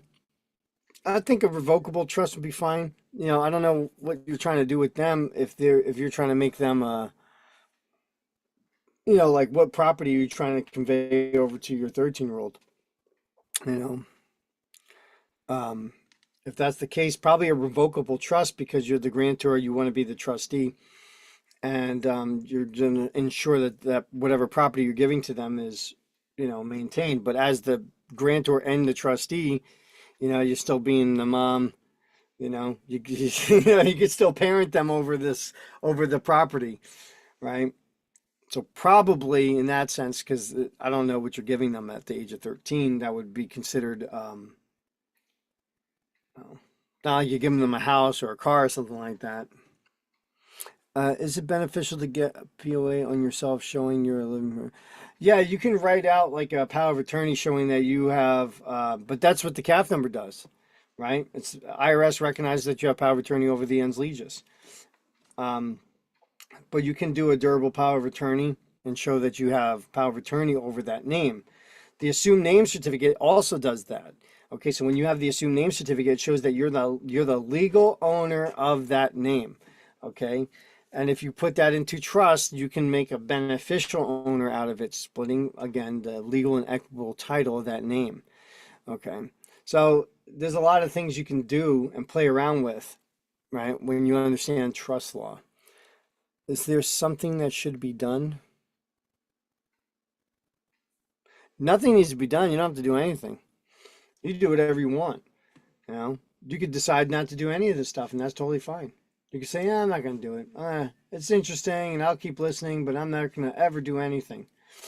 And that's totally okay. Okay? Like a holder in due course. Wait. Not registered would need more explanation. Okay. Yeah, we might have to, there's a family estate. Like a holder in due course. Okay. I'm missing stuff here. How do they alienate our inalienable rights? Oh, that's a good question. Um, well, it's really one of you waiving your rights.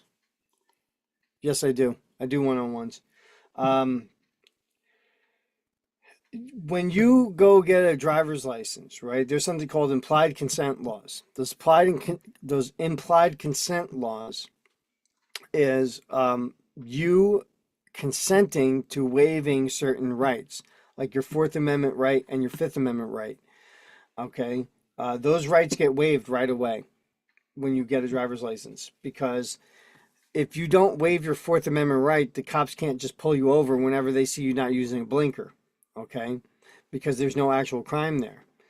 There's no warrant for not using a blinker. There's no injured party. There's nobody swearing that something was harmed. Let's pull up the Fourth Amendment so everyone can see what we're talking about here. We'll do the Fourth and the Fifth Amendment and break them both down. But let's do Constitution. Okay, we're gonna go Amendment 4, search and seizure. Oh, what is going on here? Come on. All right, Fourth Amendment. The rights of the people to be secure in their persons. That's your legal person right there. Houses, papers, and effects. That's your car.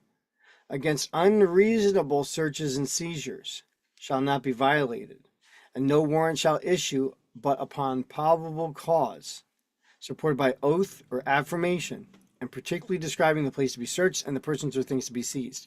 Now, when you do the driver's license, right, what you've done is you've waived this right, meaning that the cops can stop you on the road now, okay? And they don't need an oath or affirmation, right, to back up a warrant. They don't need a warrant, right? And they can search any part of you or your car. okay? And that you no longer have that right to be securing your persons. Oh, we need your ID. That's your person. Your ID is your person, okay? Now you don't have to be securing you can't be securing your persons anymore. Your papers, right? That's like all your other documents, right? Your houses, right? The car is an extension of your home, your effects, whatever. Okay. Now all that's gone because of this implied consent laws, right? And you'll see it, let's just go implied consent laws. Implied consent laws. Okay. Implied consent.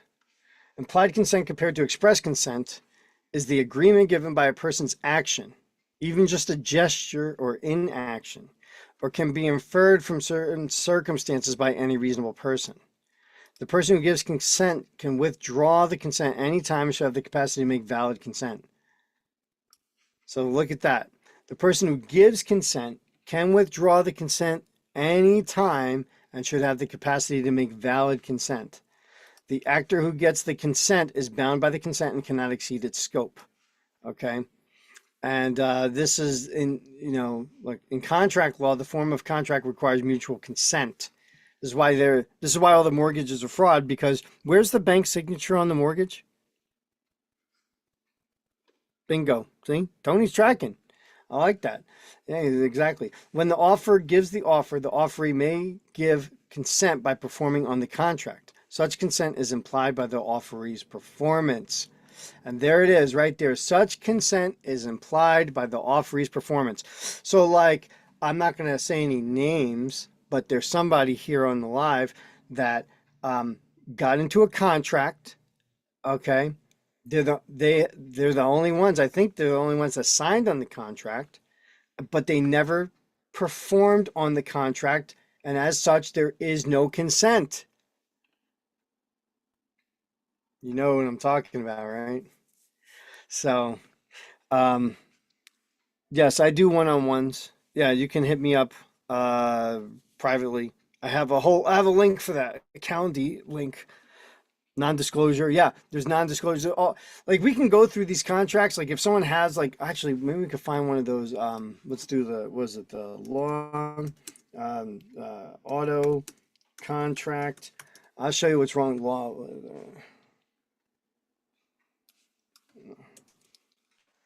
Let's do what we gotta do from Google. Do it from there.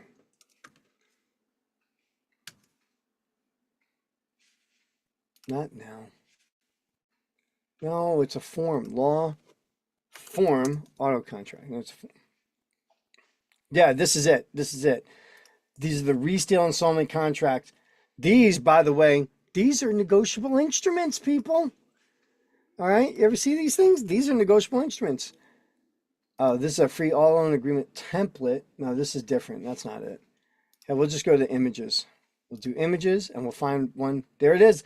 This is a negotiable instrument. Don't tell anyone. Secret. Tell everybody. All right. Don't tell anyone. Tell everyone. Tell all your friends. All right. Where'd it go?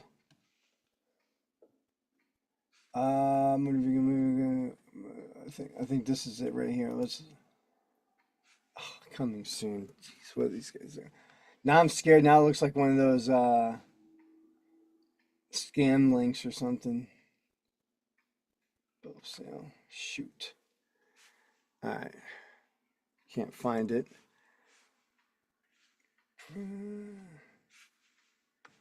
Maybe this one. Yeah, this is a part of it. Damn it! I wish we could see the whole thing. If we see the whole thing, I'll show you all the crap going on with these things. I have some, but it has people's private info in there. I am definitely not sharing other people's information on TikTok or YouTube. No way.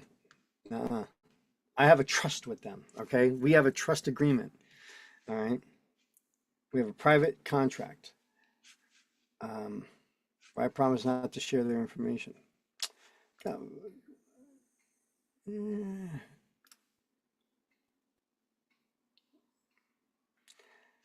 That's not, it's these. This is the one, and that's the one. This is the one I'm looking at. Oh, maybe that. Here, let's see if we can pull that up.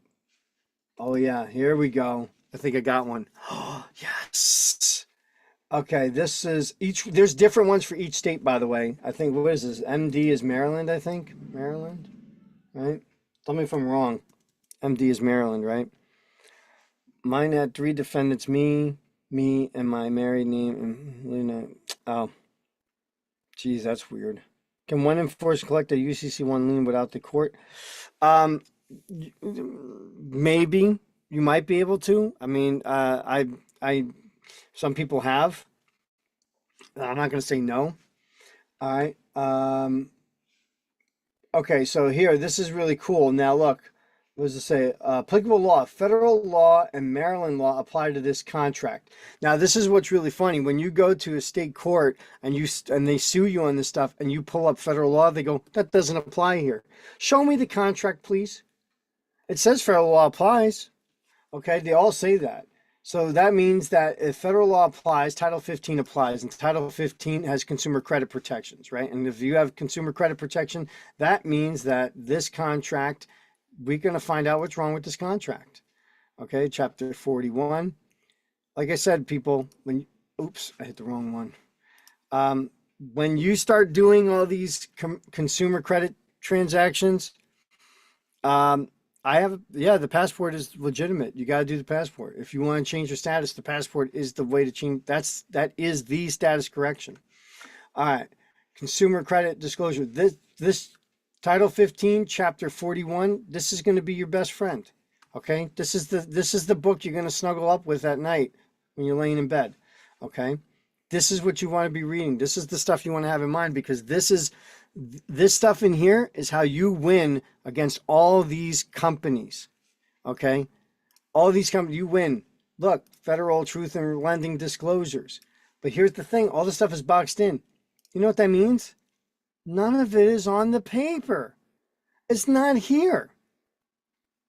And under the implied consent, I got rid of it. Oh man, let's do that implied consent again. Implied consent. Let's do that. Implied consent. Yeah, see, these are implied consent laws right here under motor vehicle stuff. See what I'm talking about? This is what I'm talking about. All the states have done this. National defense, right? Implied consent laws. It's in state regulations. Okay, implied consent. There's all this implied consent. Whenever you do any of these contracts, right, with any of these governments, okay, there's implied consent behind a lot of these things. It's implied. They don't tell you, okay, which is a violation of contract law. Contract law says that this has to be transparent. Implied consent. And we're going to go down to here. Such consent is implied by the offeree's performance. So if you perform on this finance charge, if you perform on these monthly payments right here, then you've implied that you consent. Such consent is implied by the offeree's performance. If you come back and say, I can't find on the page any of that stuff, it's almost a blank page. Look, the only thing that's on here, you got the barcode, the buyer's initials, co-buyer's initials, that's all that's on this page. All this stuff is boxed in. It's not on the page. Agreement to arbitrate. By signing below, you agree that pursuant to the arbitration provision on page 4 of this contract, you or we may elect to resolve any dispute by neutral binding arbitration and not by court action. Okay? You sign that, you've agreed to waive your right to due process. We're going to scroll down page 4, which is blank, by the way. It's all blank. Arbitration provision.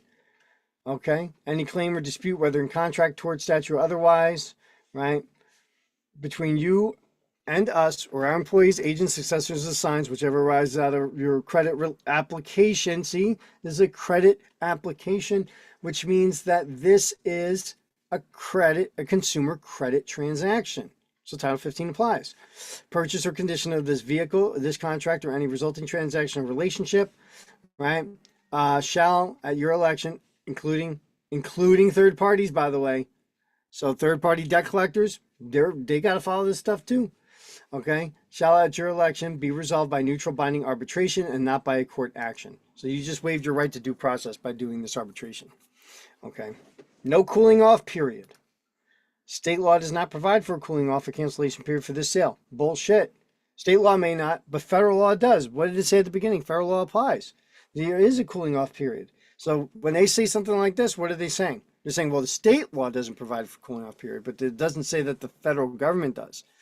Now, where does it say in here? Where's the disclosure that you have a right to rescind this contract? How can this contract be changed? This contract, along with other documents signed by you in connection with the purchase of this vehicle, comprise the entire agreement between you and us affecting this purchase. The oral agreements or understandings are binding. You see that? You make an oral agreement with the dealership. None of that is binding. It's just this contract. See what they're doing? That's why I like. I'm glad we found this one. This is good. All right. And notice that they never signed here. It's typed in. That I guess that's considered a signature. And then J.P. Morgan Chase, right? Seller signs its interest in this contract too. Oh, it has interest. So what is that? That's equitable ownership, equitable title. Okay. And this is a scannable document because it's a negotiable instrument. This gets put on their books as an asset. Okay. And now this asset is worth on paper $33,000. Okay. So they put on their books that now their company is worth another $33,000.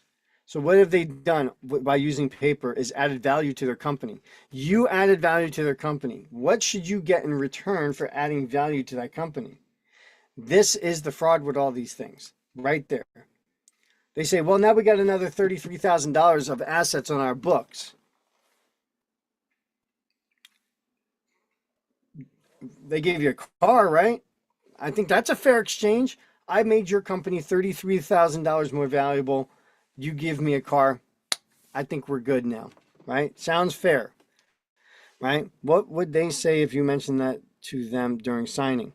Well, remember in the contract it says no oral agreements shall be held binding. All right. You agreed to the terms of this contract. You confirmed that before you signed this contract, we gave it to you and you were free to take it and review it. You acknowledge that you have read all pages of this contract, including the arbitration provision on this page. Why do they point out the arbitration provision? Because they know they're going to fuck you with that one. That's the one where they're really going to get you. Okay. Driver's license fraud. Yeah, driver's license is total fraud because of all the implied consent laws with the driver's license. Okay. It's crazy. But yeah, see, they're shoving that well, you agreed to the arbitration. You confirm that you received a completely filled in copy when you signed it. Guys, got to read these contracts. Okay. Now let's look. Let's see. See, this page has stuff on it. This is the stuff on the page. Why did they take all this stuff off the page by boxing it in? Right? All this stuff is boxed in. It's not on the page. Right? Meaning, you never have to perform on this contract because it's not there. But here, this is what's actually binding because this is the only thing on the contract. How we figure out finance charge, we will figure the finance charge on a daily basis of the annual percentage rate. We may apply each payment to the earned, see, it says may, right? But there's no payment here, but you signed it. Let's see, insurance you must have on the vehicle. You agree to have physical damage insurance covering loss or damage of the vehicle in the terms of this contract. Now you see, because this is on the page, this is binding agreement, right? Oh, boxed in. If something's boxed in, that means it's off the page, right? So this is the four corners rule. And the four corners rule states that anything that's contained within brackets or in a box on a page is not technically part of the page. All right. Maybe we can actually find that somewhere. Let's see. Let's see if we can find that. Let's see. Four corners rule. Four corners. Oh, it didn't let me type four corners. Four corner rule. Okay, let's see. Let's see what pops up on here. Okay. The principal as a document, meaning that it should be derived from the document itself, from its language and all matters composed. Here, four corners of an instrument. Four corners of an instrument is the principle that a document's meaning should be derived from the document itself, i.e. from its language and all matters encompassed in it. According to this principle, information which does not appear in the document, intrinsic evidence, such as circumstances surrounding the document or the history of the party signing it, must not be analyzed or relied upon to ascertain the document's meaning. So, that's talking about the instrument, but every time you box it in, you're removing it off of that. Right, and there's also a thing with the brackets. All right, let's do that. Let's do a, let's go to grammar dictionary. Maybe we'll use that. Let's see. Search grammar. Brackets and grammar. Let's see. Brackets. Okay, so here are the brackets right here. And it says, either the two symbols put around a word, phrase, or sentence in a piece of writing that shows what is between them should be considered as separate from the main part. Okay? And that's it right there. This is what the whole thing is. It's separate from the main part. And what they do is they box it in, just like that, in brackets. Okay? That's how that stuff works. This is why people get so confused by it. We can box it. Assuming sales names won't know the law as well. Yeah, they wouldn't know that. Some of those guys may know. So if I put a zip code in brackets, it's outside the U.S. Yeah, that means it's not really there. It's separate from the main part. It's not part of the document anymore. Go ahead and do this. Go get a PDF, drop brackets into some sentences, and have the PDF reader read it back to you. And everything you put in brackets, it'll skip over. Because it understands grammar, the rules of grammar. And because it understands the rules of grammar, it will just skip over all that stuff. Go ahead and take your contract, like one of these contracts, and drop it into AI and have AI read it back to you. And AI is going to tell you that none of this shit is there. It's going to tell you there's no finance charges, none of this stuff, because it can't read it because it's inside the boxes. So it's going to say there's a contract here, but it doesn't say who's in the contract. It doesn't have any names. It doesn't have a finance charge. It doesn't have anything. It's not on the page. Can you do it on the monthly payment too? Maybe. Yeah, all that stuff is boxed in. All of it. Come over to YouTube and look at it. I got one up on the screen here on YouTube. But it's, you see, none of that stuff is on the page. The servicing and collecting contracts, it's not on the page. Warranty seller disclaims, it's not on the contract. Right? This is freaking, it's like so in your face, and you never noticed it because people don't know grammar. Right? And I'm not blaming anybody here for that. Let's blame the public school system for not properly teaching us grammar. Okay? Let's blame the public school system and whoever funded the public school system and decided to program the public school system that way. Let's blame those guys for the fact that they hid contract law from everybody and understanding our rights. Okay? But none of that stuff is actually on the page. I'm telling you, I've plugged this into AI to see what it would say. And it told me flat out, it goes, I don't find a finance charge on here. I don't find any, there's no agreement. I'm like, shit. It's boxed in. It's not on there. Right? But this stuff is on there, and this is the only binding thing on here that you signed. Okay? Insurance you must have on the vehicle. So when you do this, you have to have insurance. This is a private agreement with them to do that. Right? That's private law. Okay? Right? This is a negotiable instrument. Okay? And by the way, all negotiable instruments create new contracts. Okay, so keep that in mind. All negotiable instruments create new contracts. Think about it, right? I go to the store, right? I walk up with my stuff, and the cashier says that'd be $50, right? So right now we have a contract that I'm going to give her $50 to take this stuff. Right now I give her $50. But now we have a new contract. She gives me a piece of paper that says I proved that I paid for this, and I walk out the door with the stuff. New contract. Handwritten overrides. Yes. Handwritten overrides. Yeah. So you may prepaid all or part of the unpaid amount financed at any time without penalty. Notice it doesn't tell you where this is mentioned. If you pay late or break your other promises, you may owe late charges if a payment is not received within 15 days, right? You may pay it at once. You may have to pay collection costs. We may take the vehicle from you. Notice that the thing about taking the car from you, it's not boxed in. All the stuff that they can do to you is not boxed in. All the stuff that you're not obligated to do, that makes it seem like it is, it's boxed in. Now in here, like any holder, look at this, any holder of this consumer credit contract is subject to all claims and defenses which the debtor could assert against the seller of goods or services obtained pursuant hereto or with the proceeds hereof.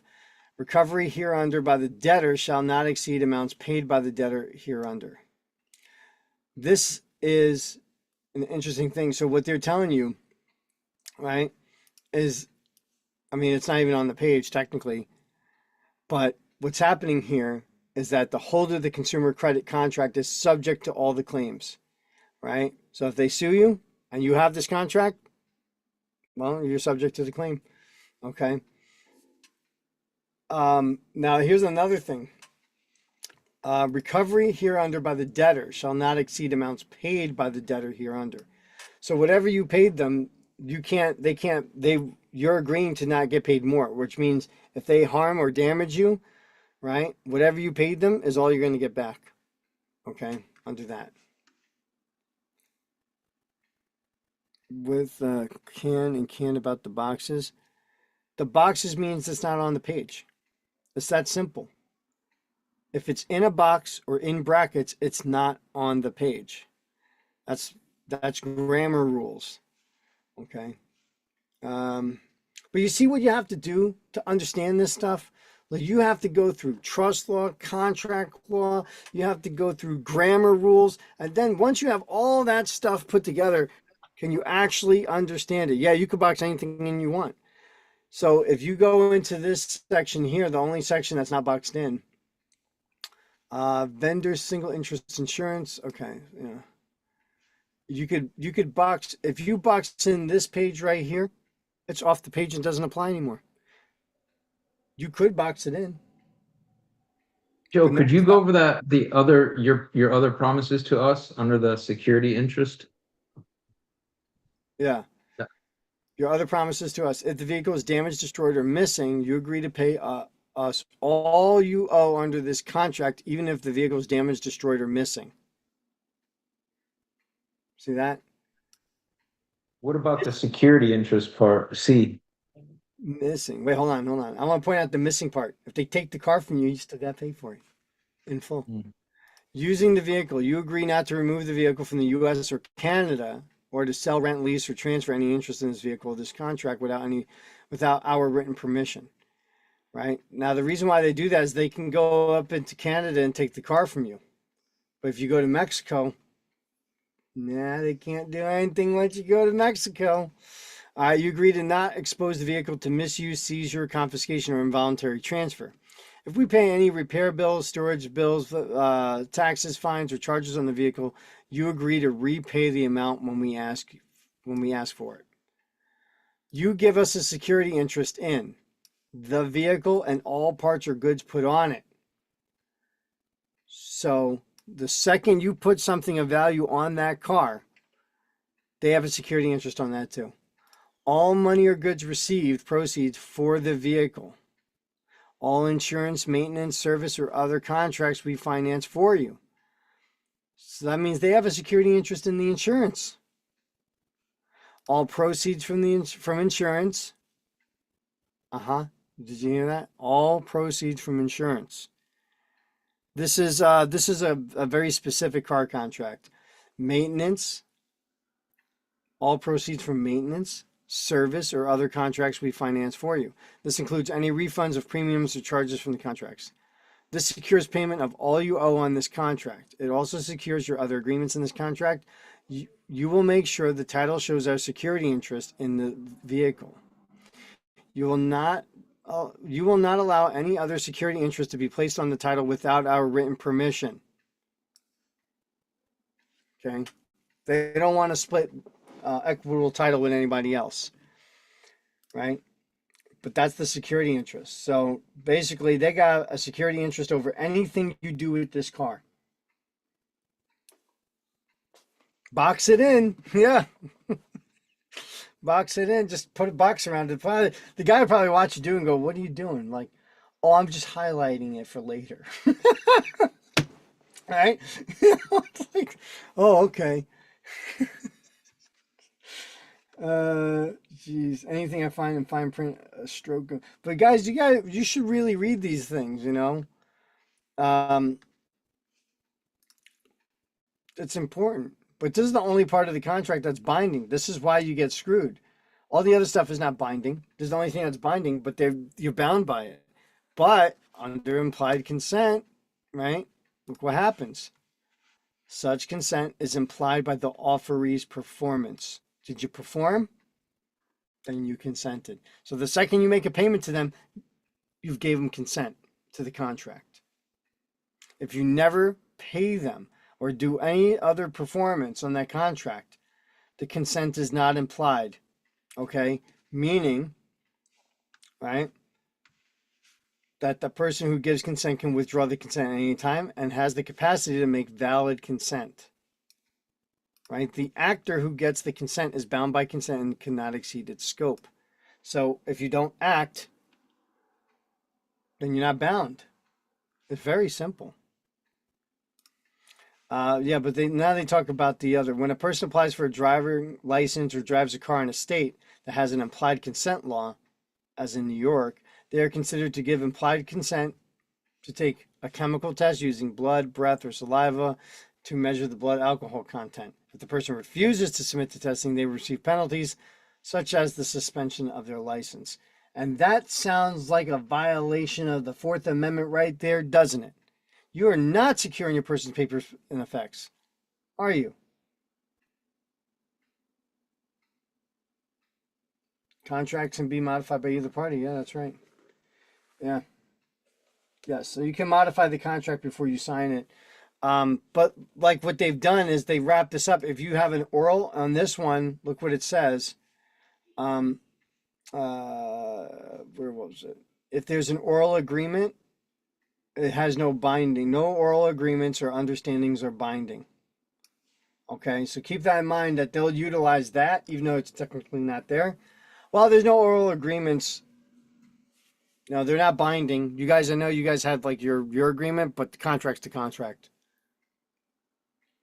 So that's what Title 15 is for. Title 15 is there for you to fight these guys on these contracts.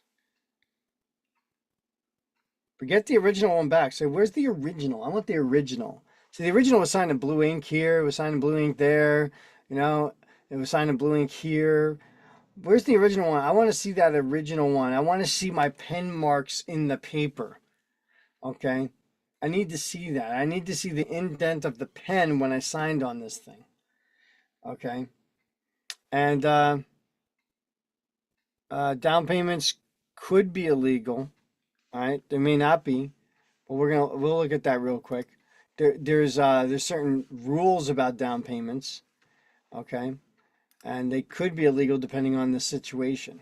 So I'll show you guys. But that's a good question. And that's one that I think there's a lot of confusion about. So we're going to look at that. I think it's here. Credit billing, credit advertising, credit fees. Advertising of down payments and installments. There it is. Okay.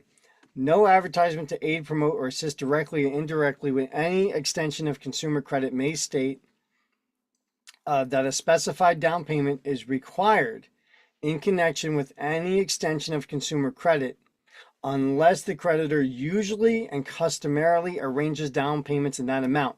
Meaning that if you walk into a place and they say, oh yeah, the down payment is this or blah, blah, blah, that, but it changes depending on who walks in the door, that's illegal. Okay? It has to be the same number, right? They have to specify down payment is required in connection with an extension of consumer unless the creditor usually and customarily arranges down payments in that amount. So it has to be the same amount. right? If they're going to advertise it. Otherwise, if they keep modifying it, that's illegal.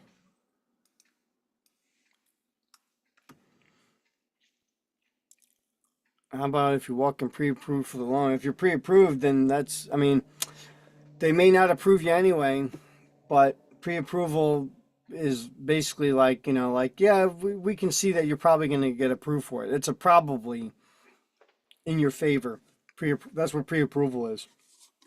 So, oh boy, it's 12 o'clock, huh? I'm going to have to end this off soon. So before I go, we got people inside the Zoom meeting here. Anyone want to say anything? Comments, questions?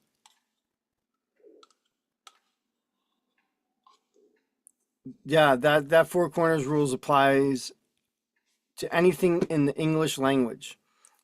Legal English, American English, British English. So you want to do it on a court doc, you can do it on a court document. It doesn't matter. How do I get a consultation? Can I get it before Monday? You will not get it before Monday. Um, I'm spending the weekend with my family, so I'm not gonna. It's the only time I really get to see my family anyway, so I'll be spending the time with them. But you can hit me up on my, if you're on YouTube, go to my Rumble channel and all my links are there. If you're on TikTok, just go to my profile and you'll find the Linktree link there, and then you should have everything from there. What would you do from A to Z to change status? That's a good question. That's the passport. So what you have to do is understand the 14th Amendment does not apply to everybody. Okay, and understand that they've created a feudal system through that 14th Amendment, and that you're not that. You're the posterity as written about in the Constitution. You're one of the people, and doing the passport application, filling it out a certain way, and attaching an affidavit of who you really are as an American, right, state citizen or a national. That's what you need to do the status correction. That is the status correction. Everything else is just to enforce that one thing. Okay, everything all this other stuff we're doing is really to support the fact that you are, under the Constitution and not federal property under the 14th Amendment. Was my take on Brandon Williams. I've known that guy since 2010. Oh my God, we used to be roommates. All right. So that's how's that for an answer? Brandon and I were yeah, anyway, so you gotta see if you saw our private communication to each other, you'd go, oh, okay. It's like we're like frat buddies, My God, it's crazy. As a state citizen, no.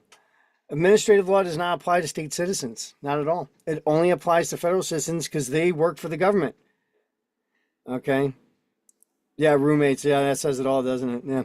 I did the passport status change, but no affidavit. Who should I send the affidavit to? Send it to the Secretary of State of the United States, which I don't know who that is right now. Let's go find out. Let's see. Secretary of State, United States, 2025. Let's do that. It's not that. I guess it's the whatever. Marco Rubio. What the heck is that? Oh, I hit AI mode. Weird. Marco Rubio. That's the Secretary of State. Okay. So send it to Marco Rubio. All right, in Washington D.C. He is the Secretary of State right now. He's a politician, a lawyer, and a diplomat. Oh, he's very special. Okay. He's a diplomat because he's a politician. And anyway, I just received my card and book after being denied. Then I returned.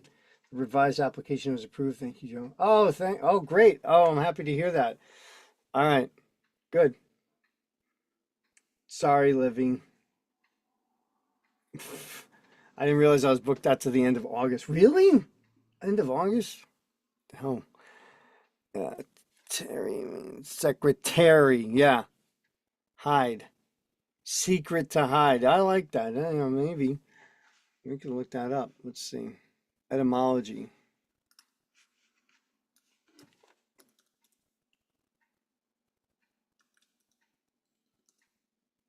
I can't spell right now. Secretary. Secretary. Secretary. Some works in office. No, I don't care about that. Where's the etymology? I want to see the history of this word. Government. Head of government department appointed by the president. That's a secretary. No etymology? Where's the history of the word? They don't do that in this one? What a trash dictionary. Trashy dictionaries do not give you etymologies, derivations, which is the history of the word, like where it came from. You want that. You always want that. Cambridge? Oh, that's why it's Cambridge. Anyway, I'm not going to get into all that. Any other quick questions, comments, concerns before I head out? Because I'm going to head out in a couple minutes. So, oh yeah, this is being recorded. It's on. We're streaming on YouTube live right now, so it's up already for everyone to see forever. Unless YouTube bans it, but it hasn't been banned on TikTok, so I think we're okay. What else? What else we got? The corporation protection criminals on the streets and judiciary disregard your info. So what? It's not my info. It's theirs. You see? So that's a funny thing. Well, none of those things recognize what you're saying. It's not my stuff. I didn't write any of that shit. I'm just showing you what they said. They said it, and now they don't want to honor what they said. Fuck them. That's the problem, right? Oh, the courts don't recognize anything you said. Well, I guess the courts only recognize the laws that benefit them. Is that right? Is that how that works? That's exactly how it works. Well, that doesn't benefit us, so we're not going to use that. I literally in New Jersey. Look, I'm going to show you this real quick. All right, because now you got me going on this. Because this is what happened. All right, let's go NJ revised statutes. This is what I use for a court case, and I'll tell you exactly what the judge said to me when I pulled this up. I had it in here, okay, in a court case, and I'm going to go to Title 39. This is the Motor Vehicles Traffic Regulations, okay. Obviously, you guys know that. I probably know where all this stuff is. All right. So I'm going to show you something because by the way, read your state statutes. You got to read them. All right. But here, so this is all the stuff in motor vehicles and traffic regulations, right? Words, phrases defined. But I found something really interesting one day. I said, well, shit, look at this. It says certain vehicles accepted from chapter. So, hey, look at that. We have exemptions. Automobile, fire engines, and such propelling vehicles that are used neither for the conveyance of persons for hire, pleasure, or business, nor for the transportation of freights, such as steam road rollers and traction engines, are accepted from the provisions of this chapter. I said, wow, look at that. That's your right to travel exemption right there, isn't it? Because they talk about automobile, fire engines, and self-propelling vehicles that are not used for hire, pleasure, or business, right? Transportation of freights, right? Then you're exempt. And I submitted this in, and the judge goes, and I brought it up to him in person. He goes, well, we're not applying that in this case. So he just decided out of fucking nowhere that we can't apply this in the case. I said, well, now you're just an asshole. And this is exactly what happens. Like when you get these like guys on TikTok going, the courts don't recognize that. Well, it's why would the judge say to me, we're not going to apply that in this case? And I asked him why. He just ignored me. He wouldn't answer the question. Why? He literally turned away from me like this. I said, why wouldn't we do that? And he goes, and the prosecutor started talking, and then they just went on to this other thing. I said, whoa, hold on. I gotta get an answer to my question. We've moved on from that.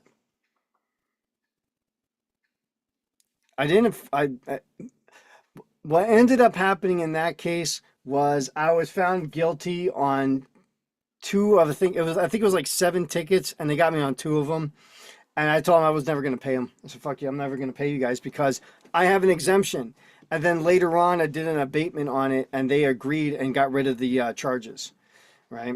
So that's what I did on that one. Later on, I did an abatement, and then they dropped. I think it was like $300. I was going to end up paying something like that, like three something.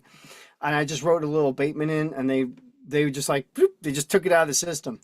So even though I was found guilty on two of the seven, it was like 7 tickets, and I got two of them. I did an abatement on that, and I used this again in the abatement. And I think they were like, you know what, fuck it, just drop it. This guy's gonna fight us forever on it. We're gonna let it go. So, Article 1 courts don't have to. They're casinos without judicial attachment. Oh yeah, yeah. Play a song. Play a song. Show the beautiful guitar for the raffle. Oh yeah. Oh, Mr. Silver, that's nasty. You have to sign guilty. So, all right, in your situation, if they arrest you and they say we won't release you until you sign this piece of paper saying that you're guilty, well, one thing is, you would just, I mean, I know you don't want to be sitting in jail, so you just write T, right, D, C, and then your signature. Okay, that's what you do. Threat, duress, coercion. Well, no, not a subset because that's a performance, right? That's about performance. So in that situation, you're just signing under threat, duress, and coercion. It's duress, right? You could do VC as well, right? Via coatus. That's what that means, coatus. And then what that means is that you did not promise to undertake, right? That you were forced or compelled against your will. TDC or VC. Those are the two things you could do, right? VC and then sign. Okay. All right, so my recommendation for you, if you're just starting off, yes, I am open to mentoring. My suggestion for you is go to my Rumble channel, and I have a playlist called Definitions, and just watch that playlist. All right, that would be the best way to start because what you need to do, the most important part of a subject is knowing what the words of that subject means. And I made a ton of videos where I just define terms. So it's really important that if you define terms, then you'll be able to comprehend a sentence. Like I could say a sentence right now and use a bunch of words in it that you don't know, and then you would have no idea what I just said to you, right? You'd be like, I don't know what he said. So if I said, or I could say something and the sentence makes absolutely no sense, right? Like I could say, the cat knocked down the house. And you go, what? How the hell is a cat knocked down the house? Right? And so someone's going to say, well, maybe Joe's losing it. You know, he's talking about cats knocking down houses, a little off. No, you don't understand the definition of cat. You go, yeah, I know what a cat is. Cat's a little animal. I mean, you got lions and stuff like that, but they still can't knock down a house. No, no, that's not what it means. A cat is a term short for caterpillar bulldozer. Okay, and anyone who works in construction that deals with those things knows that the guys who go, hey, bring the cat over here, right?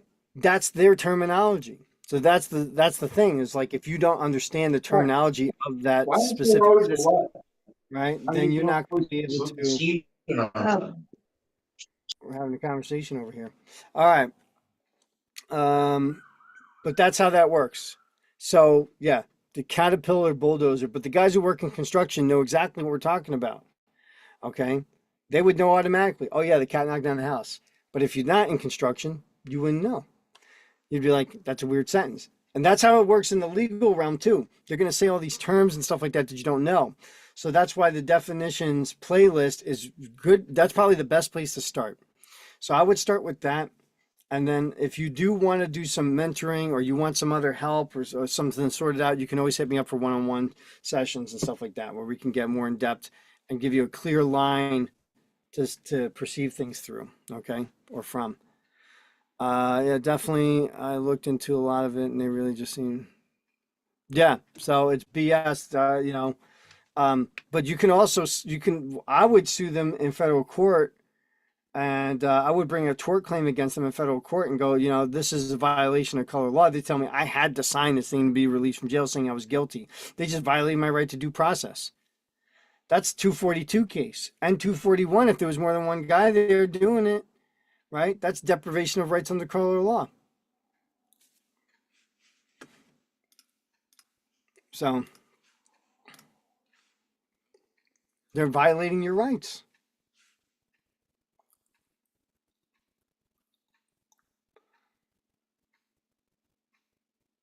And they're like, well, we're authority, so we can. No. You're not an authority anyway. Anyway, that's I think I signed without prejudice to some, and some of it was laying out, sitting, standing in concrete for 20 plus hours. Oh, yeah.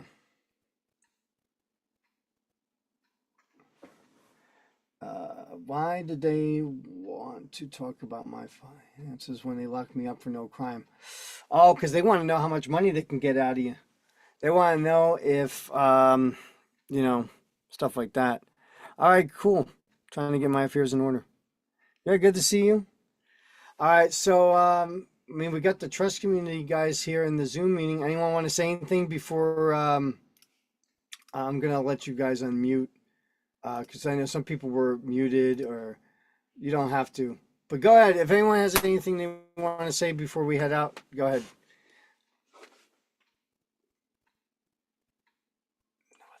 Nobody wants to talk. Thanks, When Joe. does, when does Thanks the for coming raffle on today. end? Yeah. Thank you. Yeah. When does the raffle end? I haven't even started it yet. I want to get my stuff in order first before I start shoving it out there. But yes, I will be doing a raffle for guitars. I'm going to give away a guitar. We're going to do like $10 or something like that, and everyone puts in $10 because we want to expand the studio here. So, and this is a music studio, so we want to expand the studio here, and I was going to do a raffle to help with the expansion. Where's the trust videos on Rumble? Is there a trust video section on your Rumble page? I don't know. I mean, I've made videos about it in the past, but I do have a trust community where you have access to all these trust videos that we've done and broken down trust law very, very in-depthly, right? How do you get rid of traffic tickets before court? What you got to do is you got to prove that the state doesn't have a claim against you in the court.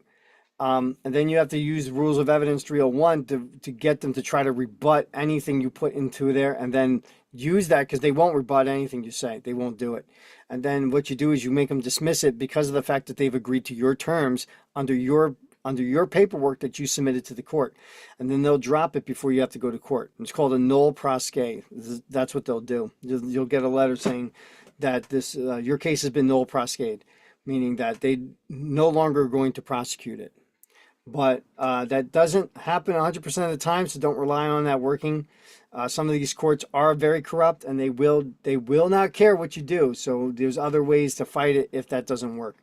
But usually that's the easiest way to handle it, is to prove that they don't have a case or a claim, with your paperwork. But yeah. So, anyone want to make any comments? We got trust members here. Anyone want to say anything about the community? If you're not in it, get in it. You're missing out. We're having fun there. Well, you need to file UCC1. Don't need to do that not for a traffic case. No. Another thing you can do is the assumed name certificate. If you get the assumed name certificate, you send that into the court and they'll drop the case. They go, oh shit, it's a business. Yeah, you bring a business at the court. That's my business. I own that business. I'm the owner. What's the deal? Right? Best way to get into the community. What's that? Oh, the assumed name certificate. It's a DBA. It's a doing business name. Yes, my link tree. If you go to my profile, the link tree link will have everything there. Everything is in that link tree link. You'll find the trust community. You'll find the Rumble channel. You'll find the Telegram channel, and the Telegram channel has lots and lots and lots of documents from other people's court cases, motions, legal resources such as dictionaries and other books and stuff like that. I put a ton of stuff in there. There's letters that I wrote for other people. It's all in the profile. So go to my profile and find the Linktree link, and then you'll find the whole list of everything in there. It's all in that. All right. So real simple. Um, That's okay. The assumed name certificate is just it's a doing business name. So if you're doing business as that name that's on the driver's license or that name that's on the social security card, right? And when you get a ticket in that name, you send that certificate to them and say, "Yeah, I'm the owner of that business. What's going on with this business here? You're bringing charges against my business." And what you've done is separated yourself from the legal entity by that assumed name certificate. It also proves that you're age of majority, meaning that you're in charge of your own affairs. And when you're age of majority, the state can't claim you as a ward of the state anymore, meaning that there's certain legal doctrines that are utilized for the state to tell you what you can and can't do with your life, right? So it's really simple to do the assumed name, and it's very easy to utilize that in a court case. And those types of court cases does not work in civil cases. If you're getting sued for a debt, they can still sue a company for a debt. So that doesn't work in that case. Don't. I know someone's going to ask that question. But yeah, and that's it. It's really simple. And you give them, you say, "Hey, look, here's my assumed name certificate. All right, this is mine. You see I'm properly registered to do business. Now I'm just going to need to see your assumed name certificate so I can see that you're properly registered to do business with me, because you already have a business. It's a 14th Amendment U.S. citizen. The birth certificate is evidence of that, right? So, and it has a trust fund, right? The Social Security account is evidence of the trust fund. It is a trust. So what you're doing is you're showing that now, yes, you're holding that legal capacity. That is your entity, and you're registered it properly as the owner, right? So you own that name, it's yours, that's your business. And now you're in charge of your own affairs because you're responsible now. You're doing the responsible thing for your business, getting it registered. So when they do stuff like, "Oh, we're going to write these tickets," well, I need to see the judges, I need to see the clerks, I need to see the prosecutor, I need to see you guys are all properly registered to do business. Right? If the prosecutor says, "Well, I'm actually doing it for the state," say, "Okay, show me your assumed name certificate that says that you can operate for the state." They don't have it. That's it. It's done. Game over. And you give them 3 days, and if they don't provide it within 3 days, it should be real easy. It should take them 20 minutes to provide it to you. If they can't provide it within 3 days, well, then all bets are off. Right? You default them and tell them that they don't have jurisdiction to interact with you then, and they don't. Okay, and that's it. It's game over. My friend went and showed that thing to a sheriff one time, and he says, "What do you think if I showed this to you if you pulled me over?" And he looks at it and he goes, "I wouldn't have jurisdiction." That's what he said. I wouldn't have jurisdiction. So all jokes aside, can I follow up for specifics? Yes, you can. You're not going to call me. All right, because I've given my phone number in the past, and I mostly regret it because people just won't stop bothering me once they get my phone number. So I don't give out my phone number. Anti-bribery statement, you could do that with the judge. They usually recuse themselves when you send them that. My license has been suspended. Okay, that means the state's controlling that contract. So if you have a suspended license, that means you did not withdraw from it, meaning that you're still contracted with them to have it be suspended. All right. But that's about it. Anyway, I am going to head out. So I do appreciate everyone being here. Yes. Guys on the Zoom, next time, don't be so shy. Okay. But I appreciate all you guys hanging out here. By the way, I'm only going to be sharing this Zoom link in the trust community because the whole thing with the scammers in the past coming onto the YouTube and disrupting the lives, this was the best solution I had for it, was to just put the link in the trust community. So if you do want to join in, well, yeah, you're gonna have to. That's a tricky one. I don't have enough time to get into right now, unfortunately, because I do got to get going. But I do appreciate you guys hanging out with me, all of you. All right, you guys over here on YouTube hanging out with me. I appreciate you guys. Here in the Zoom call, I appreciate you guys hanging out with me, and of course on TikTok as well. And I appreciate TikTok for not banning this live. So thank you, TikTok, for not banning the live. But appreciate you guys. And how can you help me? Private message me, set up an appointment. We'll work something out on the side, okay? We'll do that. We'll do that privately. All right. Plus, it depends on your state as well. So each state does things a little bit differently. But that's it for me. I'm going to be heading out. All right. So, guys, enjoy the rest of your weekend. Thanks for hanging out. And I'll